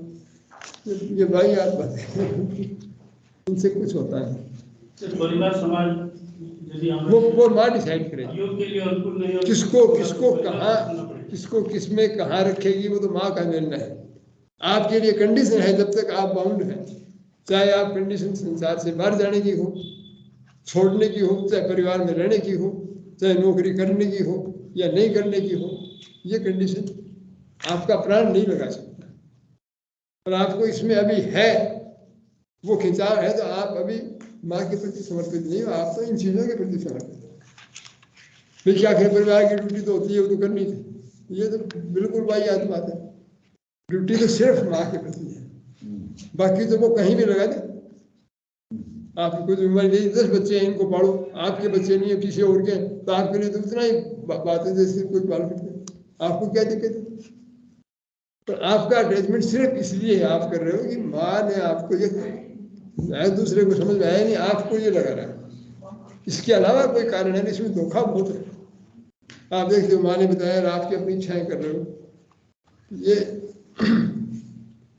और इसके लिए क्या है, सबसे बड़ा टेस्ट क्या है कि आप ये करें, जब आपको अपनी इच्छाएं पूरी करनी होती है ना, तो आप कोई सहारा लोगे, कोई काम का, कोई पैसे का, कोई नौकरी का, कोई उसका, क्योंकि ये नहीं होगा तो फिर माँ का तो विश्वास नहीं। अगर माँ का ही काम करना तो साधन वो ही देगी। अरे आप किसी बढ़िया की नौकरी करते हो तो आपको ये चिंता होती है कि वो मेरे को नौकरी देगा कि नहीं, आपको बड़ा विश्वास है वो देगा, माँ का विश्वास है नहीं। अगर वास्तव में आप माँ का काम करते हो तो ऐसा कभी हो सकता है क्या? कोई भी संसार की चीज आपको वो चीज दे सकती है जो माँ दे सकती है, तो इसलिए आपको आवश्यकता नहीं है। आप बिजनेस करोगे तो इसलिए कि माँ कह रही है करना है, माँ के पास चले जाएगा, क्या दिक्कत है? ये तो अपने थे बालकृष्ण जी थे ना, तो इनको माँ ने कहा कि बेटा सब पुस्तकों का काम कर, तो बोला माँ मैं कैसे करूँ? शब्दा उन्होंने ही शुरू करी थी। हाँ। पांडिचेरी में जो शब्दा है, तो बोला तुम बोला इसको तेरा कंपनी बना ले। नहीं बोला आश्रम में नहीं, आश्रम की नहीं, तेरी कंपनी बना, ठीक है। और प्राइवेट कंपनी बना ली, प्राइवेट कंपनी बना ली, उसमें सारी आश्रम की किताबें जाए, सारा प्रॉफिट जाए वो उनका, बालकृष्ण जी के पास ही जाता था, बालकृष्ण जी आश्रम में दे देते, ठीक। तो कई लोगों ने मेरे को कहा अरे ये बालकृष्ण तो अपनी की प्राइवेट है। अरे मैंने कहा इसको माँ ने कहा है कि तुम ऐसे कर दो, उसने ऐसे कर लिया। और जिस दिन फिर उनको महसूस हुआ, बोले कि देखो मेरी तो हिम्मत है नहीं इतना करने की, तो आश्रम की चीज़ है, मैं तो ट्रस्ट के रूप में कर रहा था, तो उन्होंने फिर वो आश्रम में कहा भाई आप लोग मेरा नाम भी रखने से क्या फ़ायदा, मेरा पता नहीं मैं रहूँ नहीं रहूँ, तो ये आश्रम में उन्हें ट्रांसफर कर दी। बहुत राजी हुए, बोले भैया आज मेरे ऊपर से बड़ा भार पड़ गया, लेकिन इधर मैं बहुत ज़्यादा टेंशन करता था कि भाई इसमें कुछ माँ ने मेरे को ये दिया तो कमा के ज़्यादा से ज़्यादा तुम वो करूँ, तो वो सब बात है। अब वो लोग अपना एडमिनिस्ट्रेशन करें, अब इसमें क्या दिक्कत हो गई? वो तो कह रहे तो अपना प्राइवेट है इनका, तो बिजनेस कर रहे तो कार भी रखता है, तो वो भी करता है। माँ इनको प्लेन रख क्यों नहीं रखेगा? सुनंदा जी से शादी भी वो जो है वो तो जबरदस्त बात थी, जबरदस्त बात। श्री स्मृति जो आपने देखी है, सुनंदा जी उनको संभालती है पौंडीचेरी में, आपने देखा ही है ना, श्री स्मृति तो देखी होगी आपने। उनकी पूरी स्टोरी मेरे को, उनकी पूरी स्टोरी मुझे पता, उन्होंने खुद बताई, बालकृष्ण जी ने बताई।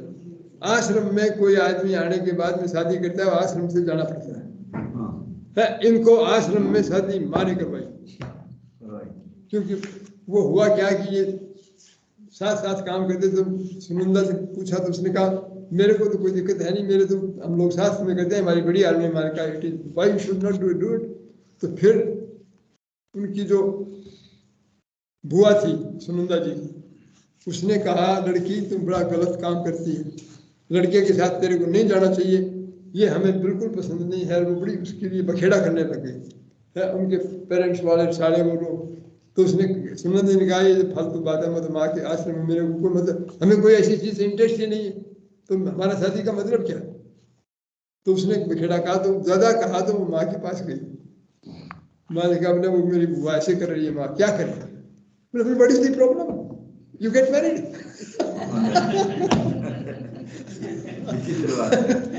Then see, the old lady will be satisfied. I have complete trust in you. फिर कौन बोलेगा? अब वो क्या है, वो तो क्या फर्क पड़ता है आप किससे शादी कराए या नहीं कराए? It is not the issue. उनके अंदर तो कोई चीज है ही नहीं ऐसी, वो तो कंप्लीटली माँ के प्रति समर्पित है। अब परिवार की बात है, बालकृष्ण जी के परिवार था, उनके पिताजी रामनारायण जी थे, श्रीविंद के डिवोटी थे, वो ही लाते थे इनको बच्चों को। उन्होंने दूसरी शादी कर ली, नवजात जी की मदर तो जिंदा थी पर दूसरी शादी कर ली, रह रहे थे करे, तो उसके कोई संतान तो थी नहीं, तो यही थे संतान तो सारी। अब वो नवजात जी से कुछ ऐसा हो गया, उन्होंने आश्रम में कुछ ज़्यादा पैसे भेज दिए, तो उसके फादर ने कहा कि भाई ये ऐसा तो मत क्या करो, पर ऐसे करोगे तो सड़क पे पाओगे। उन्होंने बोला हम तो सड़क पर ही उतर गए, छोड़ के परिवार को छोड़ के उसी वक्त नीचे उतर गए, ठीक है ना। किसी ने जाके रिपोर्ट की कि माँ केसर देव, तो अब उसका काम तो वो तो छूट गया, दूसरा काम कर लिया है, और उसने तो छोड़ दिया। बोले ही उसने ये कहा है कि अब मैं जो काम करूँगा उसमें 50% हिस्सा आश्रम का, 50 में हम काम चलाएंगे। हमारे कहा ये वेरी स्मार्ट बिजनेसमैन। उनका बिजनेस बहुत अच्छा हुआ, वो सारे फिर पांडिचेरी आ गए। अब बालकृष्ण जी अकेले रह गए, अकेले बालकृष्ण जी रहे।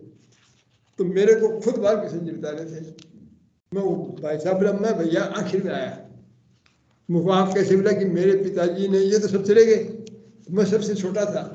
तो बोले भाई बालकृष्ण इतना बड़ा बिजनेस है परिवार का सारा, वो कौन संभालेगा, तो सब बर्बाद हो जाएगा, तो तू इसको संभाल। तो बोले मेरे को ऐसे कह रहे थे। फिर मैंने ये कहा उनको कि मैं तो जो माँ कहेगी ना वैसे ही करूँगा, और कुछ मैं नहीं कर सकता। तो बोले इसमें कोई दिक्कत नहीं है, तुम माँ के पास चले जाओ और माँ से पूछ लो कि माँ और तो सब आए गए हैं पंडित, मैं अकेला हूँ, परिवार का सब कुछ कोई देखने के लिए है नहीं, तो आप इजाज़त दो तो मैं वो काम करता हूँ। ये तुम माँ से पूछे हो, माँ ऐसा ही कहेगी। तो वो पूछे, तो मैंने कहा बार किसी को आपने पूछा, तो वो मेरे पर आंखें लाल करके पूछा, बोला रे तू क्या बात करता है, मैं उस बुड्ढे की सुनने वाला था, मैं ये पूछता माँ से। तो आपने क्या किया, बोले मैंने माँ से कहा, माँ ने कहा yes my child what do you want. माता जी पूरे जीवन में आप बताएं और मैं करूँ, मुझे और कुछ नहीं चाहिए, आप कहें बस वो मैं करता हूँ। तो माता जी ने कहा एक कंडीशन किया कि मेरे शब्द तुम मेरे से ही लोगे, उसने रिपोर्ट की, उसने ये नहीं, तो बोला ठीक है मैंने किसी के नहीं सुनूंगा आपसे। और पूरी जिंदगी उन्होंने वही काम किया। अब वो बिजनेस कर रहे थे, वो कर रहे थे, इन सब चीज़ों से क्या लेन देन, वो तो सब छोड़, उन्होंने सब छोड़ दिया। तो ये सही एटीट्यूड था, बिल्कुल करेक्ट एटीट्यूड। उन्होंने बताया और कोई चीज़ की मेरे लिए कोई कीमत नहीं। अफ्रीका के अंदर उन्होंने वो जाके कॉलेज में प्रिंसिपल बन गए। माँ ने भेजा उनको अफ्रीका कि तेरे को प्रचार करना है, तो कॉलेज में नौकरी कर ली उन्होंने। माँ ने कहा मेरे पास पैसा तो है नहीं, तो बेटा तेरे को ही कमाना होगा। प्रिंसिपल की नौकरी कर ली, मंडे से फ्राइडे तक पढ़ाते थे। फ्राइडे को इवनिंग में सारी आश्रम की किताबें इकट्ठा किया है, और जो कार रखी थी उसके ऊपर दादा, और जहाँ माँ ने इंस्ट्रक्शन दिया पूछ लेते थे माँ से, वहीं उसको लेके जाते और एग्जीबिशन करते आश्रम की किताबों का। ये अब बताओ, अब वो तो काम नौकरी कर रहे थे, वो नौकरी कोई नौकरी थोड़ी है, वो तो माँ का ही काम पूरा कर, उनको क्या मतलब है उससे। तो इसलिए कोई काम करना नहीं करना वो कितना है नहीं, वो इस पर डिपेंड करता है कि माँ की क्या आज्ञा है। उनकी आज्ञा है तो फिर वो तो साधना ही है। आप व्यापार करते हो, ऑनेस्ट स्टोर में काम करते हो तो साधना है, पेट्रोल पंप पे आप काम करते हो तो वो तो साधना है, और जो पेट्रोल पंप पर कि मेरा खर्चा चल जाएगा इसलिए कर रही हो तो वो साधना है नहीं। इसलिए कोई चीज़ की फॉर्म नहीं है, माँ जो कहती है आपको वो है, आप किस लिए करो, सवाल ये है जिससे मेरा खर्चा चल जाए तो फिर वो साधना नहीं। जिससे कि माँ ने कहा वो काम करो इसलिए करो, बस, और कोई बात नहीं। तो असली बात तो ये है, समर्पण की बात है। इसलिए चीजें क्या करा रहे हैं भगवान, अब अर्जुन से तो भगवान क्या कोई बढ़िया काम करा रहे थे क्या। वो तो आदमी कह रहा है कि मैं तो मेरे तो नहीं मारना, मुझे क्या करना है राज्य का, मुझे क्या चाहिए, मुझे कुछ नहीं, मैं तो भिक्षा का मांग के मुझ में रह जाऊंगा। और वो कह रहे नहीं तुम बेवकूफ, ये तुम उनको मार। तो इसी जब सही कर्म हो सकता है तो और क्या चीज गलत हो सकती है फिर। उन सबको मार देना, युद्ध कर लेना, यही गलत नहीं है। वो आदमी करना नहीं चाह रहा, उसको लगा नहीं, तो आपके सामने एग्जाम्पल है, सामने आप देखिए, इससे ज्यादा बड़ा एग्जाम्पल क्या होगा। तो इसलिए माँ की आज्ञा पालन, वो चाहे वैसा करना, गुरु आपने ले लिया तो उसकी आज्ञा पालन से बढ़कर कुछ नहीं है। वो आपके नहीं है तो आपका कुछ भी नहीं, और कुछ है ही। अब ये हम लोगों में माँ से प्रार्थना है कि हम लोगों में इतनी आ जाए कि हम और कुछ करें। कोई कंडीशंस है कि ऐसा होगा तो माँ का काम करेंगे, ये तो जरूरी है, ये नहीं है, तो ये चीजें हमें हटा देनी चाहिए। ये मांग कर रहे हैं, सिर्फ डिपेंडेंस परमात्मा। और वास्तव में तो है ही उसी पे। एक रोम रोम में कोई चीज तरह सा एक पत्ता नहीं हिल सकता माँ की बिना कृपा के। किसको है? दाता है ग्राम भिखारी सारी दुनिया है, तो इसको प्रैक्टिकल में उतारना पड़ेगा। तो इस पे डिपेंड करेंगे, और जिस कंडीशन में रखेंगे वही बढ़िया है। भाई भूखा रहना में क्या नुकसान है? लोगों ने उपवास करते हैं, पहले योगी तो पहले कुछ खाना नहीं मिलता, दिक्कत क्या हो रही है? ये कहीं की कोई साधना के लिए आपको खाना इतनी टाइम जरूरी है, ऐसा तो मिलना ही चाहिए, ऐसा खाना ऐसा भोजन है ऐसे, ये आप संसारिक आप उसमें काम करें, उसमें आप ये बातें कर सकते हो, तो वो भी कोई खास बात नहीं है। साधना में आप ये कंडीशन नहीं लगा सकते। ये कंडीशन है, इसका मतलब अभी समर्पण में कमी है, पूरी कमी है। वो आपको बांधे रखेगी, आप जान उड़ नहीं सकते। We know that mother is the mitochondria of all process, all sources and all things and beings. Still that we are committing mistake, committing great blunder, and we are breathing in darkness. We know that mother is the only savior, only our savior. Still then we are facing so many obstacles and hurdles in our day-to-day life, especially in family life.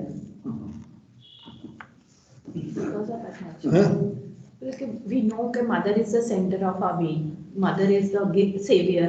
Still we face obstacles all the time. In family life. Till you? Still we face obstacles in family life. Still का मतलब क्या है? कि तो भी हमारे जो पारिवारिक जीवन है उसके अंदर समस्याएं हैं। किस क्या तो भी का मतलब क्या है? क्या कमी आपने ऐसा जिसमें नहीं? सबके है, आपकी क्यों नहीं होनी चाहिए? मदर हमारे साथ में है, साथ में सभी के हैं भगवान तो। किसके साथ में नहीं है? ऐसा कोई है क्या? कीड़ा मकोड़ा भी नहीं है जिसके नहीं हो, इक्वली उसमें है। ये तो फालतू बात है। अरे परमात्मा तो खुद ही सब कुछ बना हुआ है, तो साथ में की तो बात ही नहीं है।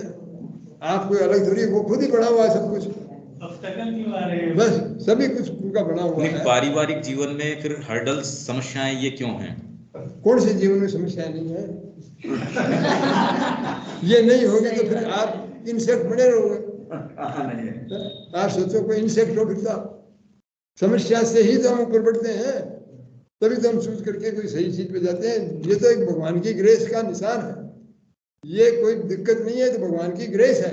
और जितनी बड़ी डिफिकल्टीज आएगी, श्रीमंत ने कहा है कि I have faced more difficulties and suffered more than anybody before. I am not speaking of the mother तो उससे भी ज्यादा। तो वो इतने क्यों फेस कर रहे थे?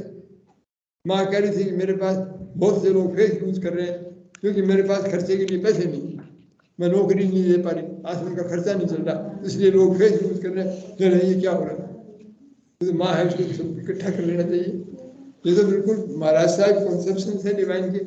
हम श्रीविंद के ड्यूटी है तो हमें तो बहुत ज्यादा गहराई में जाना चाहिए। ये कोई बातें नहीं है, ये क्या बात है? डिफिकल्टीज तो माँ की ग्रेस है, जिससे हम संभल के उसमें से निकल सके। ये तो पड़े रहो उसमें, आपकी कबर बन जाएगी। आप बिना डिफिकल्टी के तो आदमी ऊपर उठेगा ही। देह धरे को दंड है। डिफिकल्टी तो बहुत अच्छी चीज है। देह धरे को दंड है। सबका है को होय। अज्ञानी भगत ज्ञान से अज्ञान रोग। डिफिकल्टीज के बगैर तो कुछ होता ही नहीं। हाँ, डिफिकल्टी नई तरह की आ जाएगी। आप साधना करोगे तो दूसरी तरह की आएगी। भगवान से साथ एक हो जाओगे तो, और माँ तो परमात्मा खुद है, तो उसको तो कितनी डिफिकल्टी फेस करनी पड़ रही है, उसको तो करनी नहीं चाहिए। राम जी का देखो आप, राम जी को देखो आप, जीवन देखो उनका, विवेकानंद का जीवन देखो, श्री कृष्ण का जीवन देखो, आप पैदा हुए जब से मारने के लोग तैयार, सारी जिंदगी लड़ते रहे। तो पैदा होने से पहले ही उनके तो समस्या थी। पैदा होने से पहले तो वो खुद की समस्या नहीं हल कर सकते थे क्या? बात तो ये है ही नहीं। ये तो सब जो है,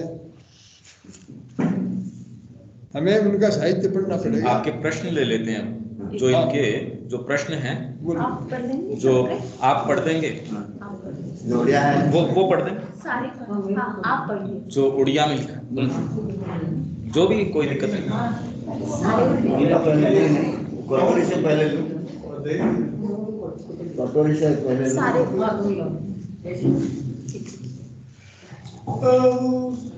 ठीक, एक प्रश्न है, हाँ चालू कर लीजिए। एक प्रश्न है उड़िया में, हाँ, हिंदी में। जीवन में हर समय चैत्य को अनुभव करने के लिए हम सोचते हैं, लेकिन हम भूल जाते हैं, क्यों? जीवन में चैत्य को हम सदा अनुभव करने की कोशिश करते हैं पर भूल जाते हैं, ऐसा क्यों? कौन सी चीज हमको यही अनुभव करने के लिए रोकता है? कौन सी चीज हमको रोकता है? कौन सी चीज रोकती है? ये तो आपकी जो इसमें आ गई बात, आपकी बाह्य प्रकृति है।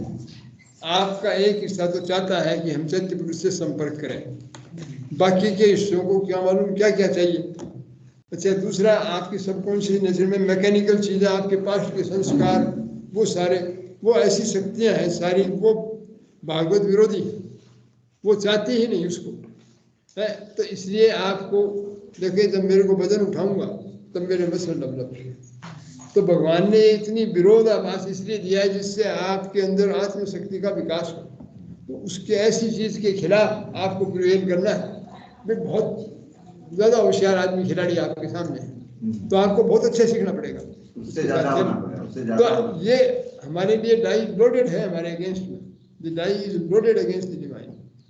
तो ये जो सारी है हमारी बाहरी प्रकृति, इसीलिए तो कह रहे हैं कि बाहरी प्रकृति में आपका जो विजन आया है, जो आपकी चाह है साइकिक बीइंग के लिए, परमात्मा के लिए, उसको उनके ऊपर हावी करना पड़ेगा।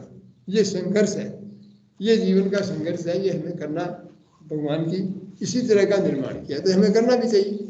इसलिए प्रयत्न को छोड़ना नहीं है, और इंटेंसिफाई करना, जो बाधा है उसको उठा के बाहर फेंकना। ये बड़ा भारी काम है, आसान नहीं है। वो लोग चिपटे हुए हैं, हमारे अंदर में घुसे हुए हैं, अहम के साथ जुड़े हुए हैं, तो इसलिए उनको हटाना आसान नहीं है, पर करने का काम है। इसलिए हम माँ की सहायता से, अगर हम समर्पण में चले गए तो माँ फिर की शक्ति से वो हट जाए। आपकी खुद की शक्ति से कोई आदमी हटा नहीं, आत्मशक्ति से वो माँ के साथ जुड़ने पे आती है। तो ये है इसका तो कारण, ये संसार बना ही ऐसा ही। क्यों बनाया है वो भगवान ही जानता है। उन्होंने क्यों बनाया है वो तो ये मनुष्य क्या समझेगा। हम नहीं कर आप कोई काम करते हो, आप चींटी से पूछोगे मैं ऐसा क्यों कर रहा हूँ, तो चींटियाँ क्या बताएंगी। तो वैसा ही है, हमारा तो उससे भी कमजोर है। आगे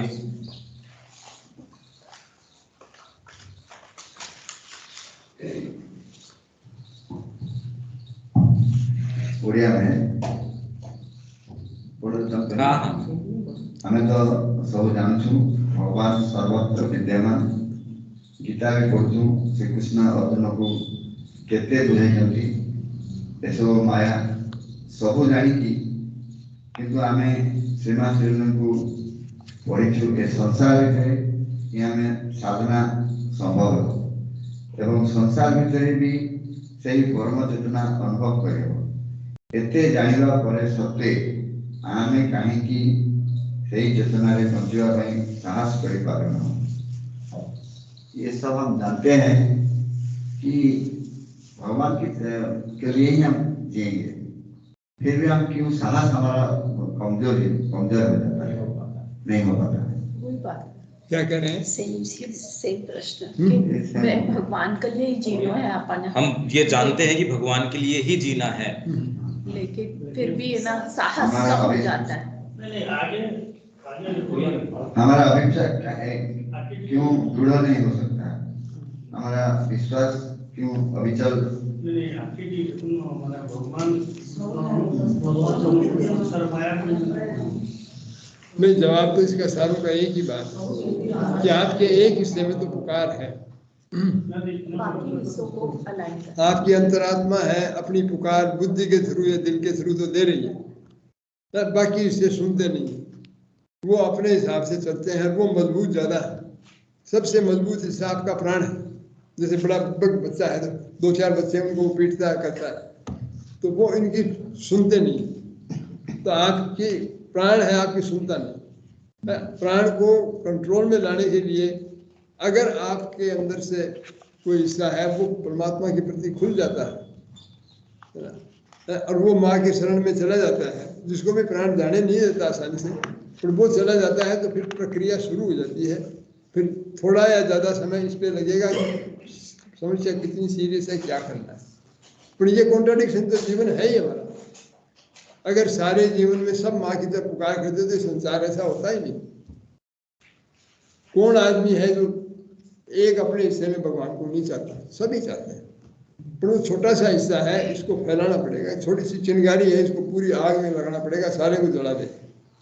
यही तो बात अपने कर रहे थे, पंकज पढ़ रहा था कि भाई भगवान का जो प्रेम है आपको सारे को कंज्यूम करना, ये इसीलिए ये समस्याएं हैं। हाँ जी, नेक्स्ट आप पढ़िए।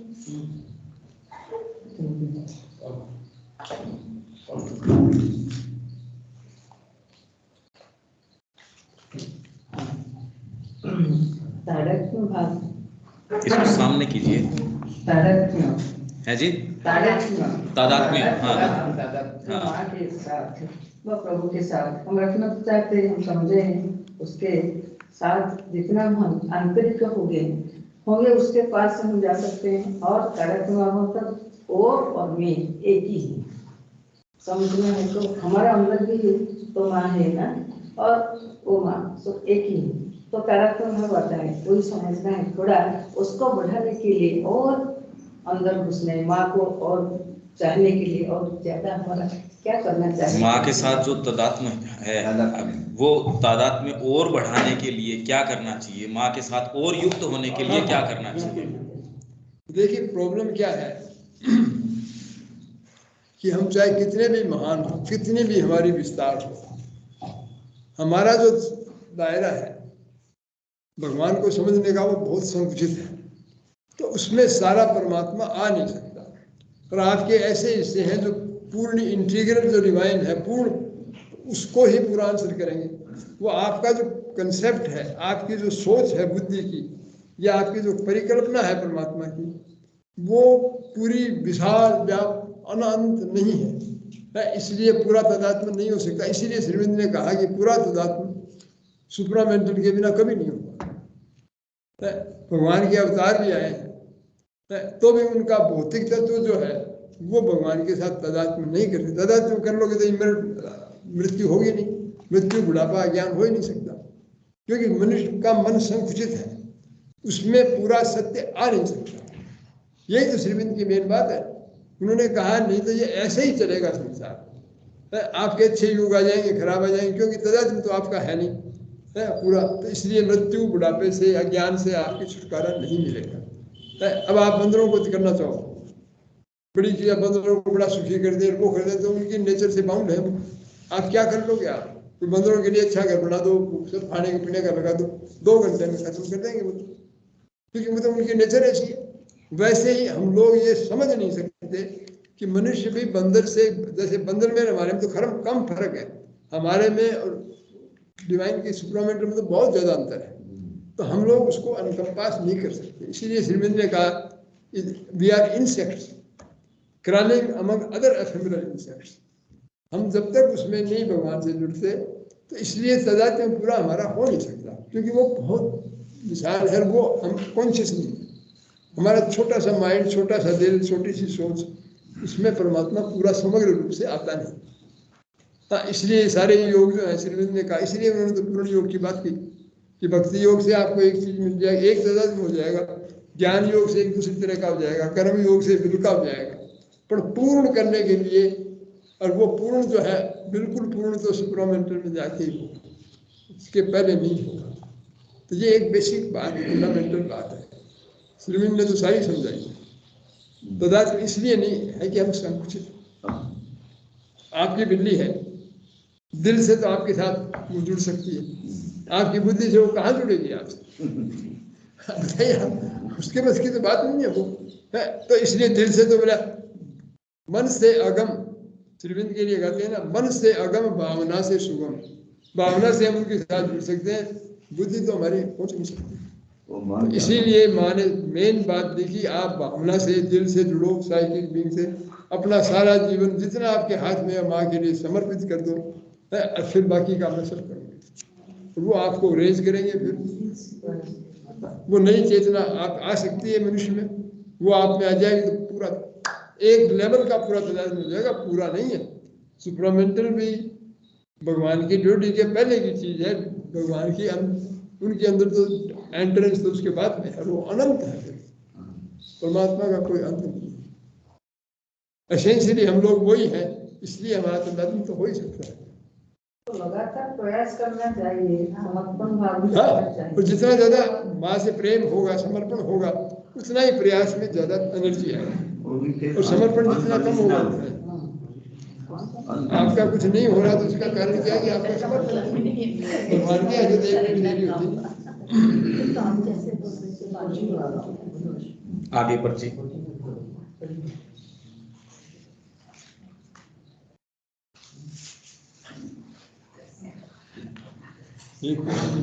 दुख समय आमे माने प्रतिमुहूर्ते माँ को स्मरण करूँ, किंतु सुख समय माँ को कहीं भूल जाऊँ, कौन करे उभय परिस्थिति माँ को मने रखी पाए। तकलीफ में तो माँ को हम याद रखते हैं, आप समझिए ना, पर सुख के टाइम तो हम दोनों ही टाइम कैसे उसको याद रखें?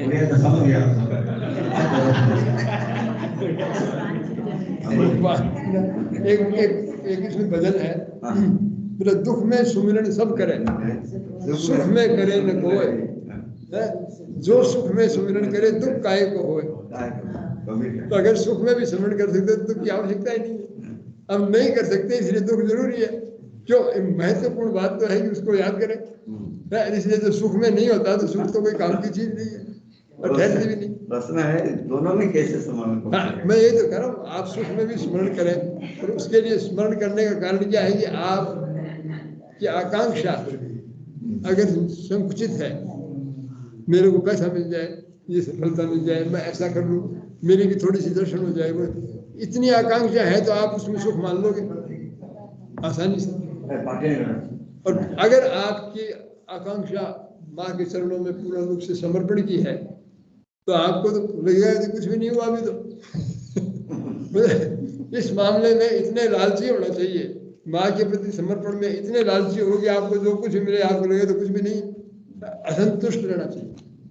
और आप संतुष्ट रहते, इसका मतलब आपकी चाह बहुत छोटी है, छोटी चाह है, इसलिए संतुष्ट रहते हैं। हमारा अंदर एक दिव्य संतोष रहना चाहिए, दिव्य संतोष रहना चाहिए। संतोष इस चीज में कि माँ जैसे रखी वो बढ़िया, वो संतोष की बात है कि हमें मिल गया ये संतोष, तो ये तो नाम सीखता है। संतोष में ये फर्क है, हमें ये मिल गया, हमारा तो अच्छा है, बच्चा भी ठीक है, वो भी ठीक है, मेरा ये भी बात है, मेरा ये भी हो गया, ये संतोष है तो आप गिनावर। ठीक है। बाकी कुंती की प्रार्थना तो दूसरी थी। जब भगवान जा रहे थे तो पूछा भी आपको क्या चाहिए, तो कह अब जब जब तकलीफ थी, जब तक संकट था, आप हमेशा ही साथ रहे हो, तो मेरे को तो ये दो कि संकट हमेशा ही रहे। तो आप हमेशा साथ रहते हैं, अब बताओ कौन सी स्थिति बढ़िया है। तो कहिए आप क्या मांग रहे हो? कह जब जब संकट थे आप हमेशा ही साथ में थे, क्योंकि यदि वो साथ में नहीं होते तो कोई सा भी नहीं बचता है इनमें से। शुरू से ही इनकी जैसी प्रतिज्ञा कर रहे थे समय समय पे पांडव कि मैं अग्नि समाधि ले लूंगा, मैं ये वाली ले लूंगा, ये कभी बचते ही नहीं। तो कहा हमको संकट दो आप, जिस चीज से भी आपको याद कर सके वही दो। यार सुनो दूसरा प्रश्न है ओडिया में जो समय पाठशाला थे कि ऑनलाइन कार्यक्रम माँ कथा शुणुले से समय जाए मन प्राण शरीर स्थिर हो रोचे किंतु से बाहरी गले घर काम छुआ पिला काम लगिले अस्थिर क्रोध आसी जाऊँगी किपरि भाव में आम प्रति मुहूर्त स्थिर रही पारिबा। स्थिर कैसे हो जब आप ये जो ऑनलाइन क्लास करते हैं और सब करते हैं तब तो मन प्राण शरीर स्थिर हो जाता है, पर और समय जो है वो स्थिर हो नहीं पाता। तो ये कैसे करें कि सारे समय स्थिर रह जाए? तो आप ही कह रहे हैं ये बात, सारे दिन करो वो काम।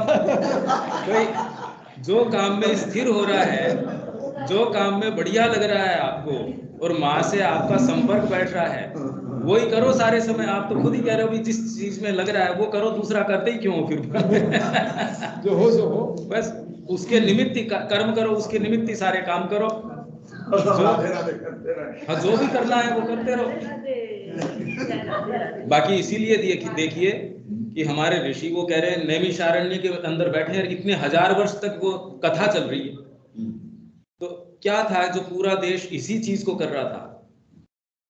आप जितनी भी कथाएं हैं, रामायण भी जहां से चालू होती कि जी कथा चल रही है या कोई बैठा कथा चल रही है हमेशा ही, इतना महत्व इसीलिए है, सारे समय उसी चीज का चिंतन, भगवान की लीला के चिंतन। क्योंकि ज्ञान तो कोई बस की बात है नहीं, उनकी लीला के चिंतन करो तो उनका स्मरण रहेगा, उनके साथ जुड़ाव रहेगा। ये बहुत बढ़िया काम है। हम तो माँ श्रीविंद का लिटरेचर अपने पढ़ रहे हैं, इसलिए तो पढ़ रहे हैं। हम तो माँ श्रीविंद हमारा मान चुके हैं, माँ श्रीविंद हमारा देवता है। और बाकी देवा देवियों को क्यों हम मानते हैं? इतना देवा देवी सबको हमको मानना पड़ता है। माँ श्री अरविंद हमारे इष्ट हैं, तो इतने देवी देवता फिर बाद में मानने की क्या आवश्यकता? क्यों मानते हैं? इतने और जो देवी देवता हैं वो सब माँ श्रीविंद के रूप है। श्रीविंद ने ये कहा, आपने गीता का दर्शन नहीं देखा क्या? उसमें शिव और विष्णु फलाना ढिकड़ा, ये सारे उनकी पर्सनालिटी है भगवान की, ठीक है ना। तो श्रीविंद से पूछा तो उन्होंने कहा कि भाई ये तो प्रश्न आए हैं। एक आध व्यक्ति था, वो आया, वो श्री कृष्ण का डिवोटी था। तो उसने कहा कि यहाँ तुम आने के बाद में तो माँ की डिविनिटी है यहाँ तो मैं तो हमेशा श्री कृष्ण को भगवान में तो आया तो ये मानता था कि माँ मेरी गुरु है और उनके जरिए मैं श्री कृष्ण तक पहुँच जाऊँगा, पर यहाँ तो माँ की डिविनिटी की बात हो रही है, यहाँ तो श्री कृष्ण को तो वो गौण कर रहे हैं। तो ये मेरे तो बड़ा संकट है। तो श्रीविंद ने उसको जवाब दिया कि ये जो तुम्हारा माँ की डिविनिटी और श्री कृष्ण की डिविनिटी के बारे में जो संघर्ष है वो एकदम बेकार है। तुम माँ के प्रति समर्पण के द्वारा ही श्री कृष्ण को रियलाइज करोगे, ठीक है ना। और यहाँ उसमें कोई अंतर नहीं है, और यहाँ उन्हीं का काम हो रहा है। मतलब आश्रम में हम श्री कृष्ण का ही काम कर रहे हैं, तो इसलिए ये फालतू बात है। माँ कह रही, श्री अरविंद कह रहे कि तुम माँ के प्रति समर्पण से ही उसको रियलाइज कर सकते हो, ऐसे नहीं करोगे, ठीक है ना। और वो उनका काम ही यहाँ हो रहा है। तो सारे देवता तो इन्होंने, दुर्गा जी हैं वो सारा माँ को सहयोग करती थी। उन्होंने कहा कि माँ को समर्पण किया आके कि माँ के आगे आपका ही काम करूँगी। तो सारे देवी देवता तो दी मदर पुस्तक में आप देख लीजिए, सारे माँ के ही रूप हैं। सारी देवियाँ, सारे देवता माँ की ही अभिव्यक्ति है। तो माँ की अभिव्यक्ति में हम ये कहते हैं कि ये साड़ी में तो माँ ठीक है, उस साड़ी में ठीक नहीं, तो ये कोई मतलब की बात है माँ ही हमारे लिए। अगर वो माँ के से कॉन्ट्राडिक्शन है या माँ में नहीं है तो वो हमारे कोई काम की चीज नहीं है। ऐसी कोई चीज है नहीं, सब में देख सकते हैं माँ। बोल रहे ना माँ दूसरे रूप में आई है तो हमको ये हमारे, हाँ, तो आपको लिए उपयोगी इसलिए है कि उसमें माँ नहीं है, माँ तो फिर कोई काम की चीज नहीं। ठीक है, हम तो यहाँ माँ को दिखाई पड़ते हैं। यहाँ वो जो मंदिर में जाते हैं वहां से वो मंदिर में जो है उसको हम अनुभव नहीं कर पाते, फील नहीं कर पाते, वहां नहीं फील करना। हमें तो माँ ही दिखती है और कोई नहीं दिखता। नहीं, ये कह रहे हैं कि मंदिरों में और किसी मंदिर में जाते हैं तो हमको माँ की प्रेजेंस महसूस नहीं होती। हाँ, तो वो तो आपकी पर्सनल व्यक्तिगत प्रॉब्लम है, ऐसा जरूरी नहीं है। क्योंकि हम लोग जाते हैं, हमें बिल्कुल मेरा पर्सनली तो ये है कि मेरे को तो उनके अलावा दिखता नहीं, मैं और मानता नहीं किसी को, पर वही दिखती है तो मेरे को क्या दिक्कत है भाई वो किस साड़ी में आए, किस रूप में, इसका तो कोई मेरे को दिक्कत है नहीं। और वो सब सहयोग करते हैं, सारे देवता बड़ा सहयोग करते हैं, माँ के काम में बड़ा सहयोग करते हैं देवता, तो बहुत अच्छे लोग हैं। कोई भी आपको माँ के काम में सहयोग करेगा वो तो बढ़िया ही है। अब मेरे साथ में ये प्रॉब्लम थी, यहाँ एक आध्यात्मिक महापुरुष थे सरदार करतार सिंह जी, वो लोग गृहस्थियों को गाइड करते थे, और वो हाँ एक संप्रदाय था सूफी, उसके वो संत थे। तो मेरा उनसे बड़ा स्नेह हो गया, तो मैं उनसे बहुत मिलता था।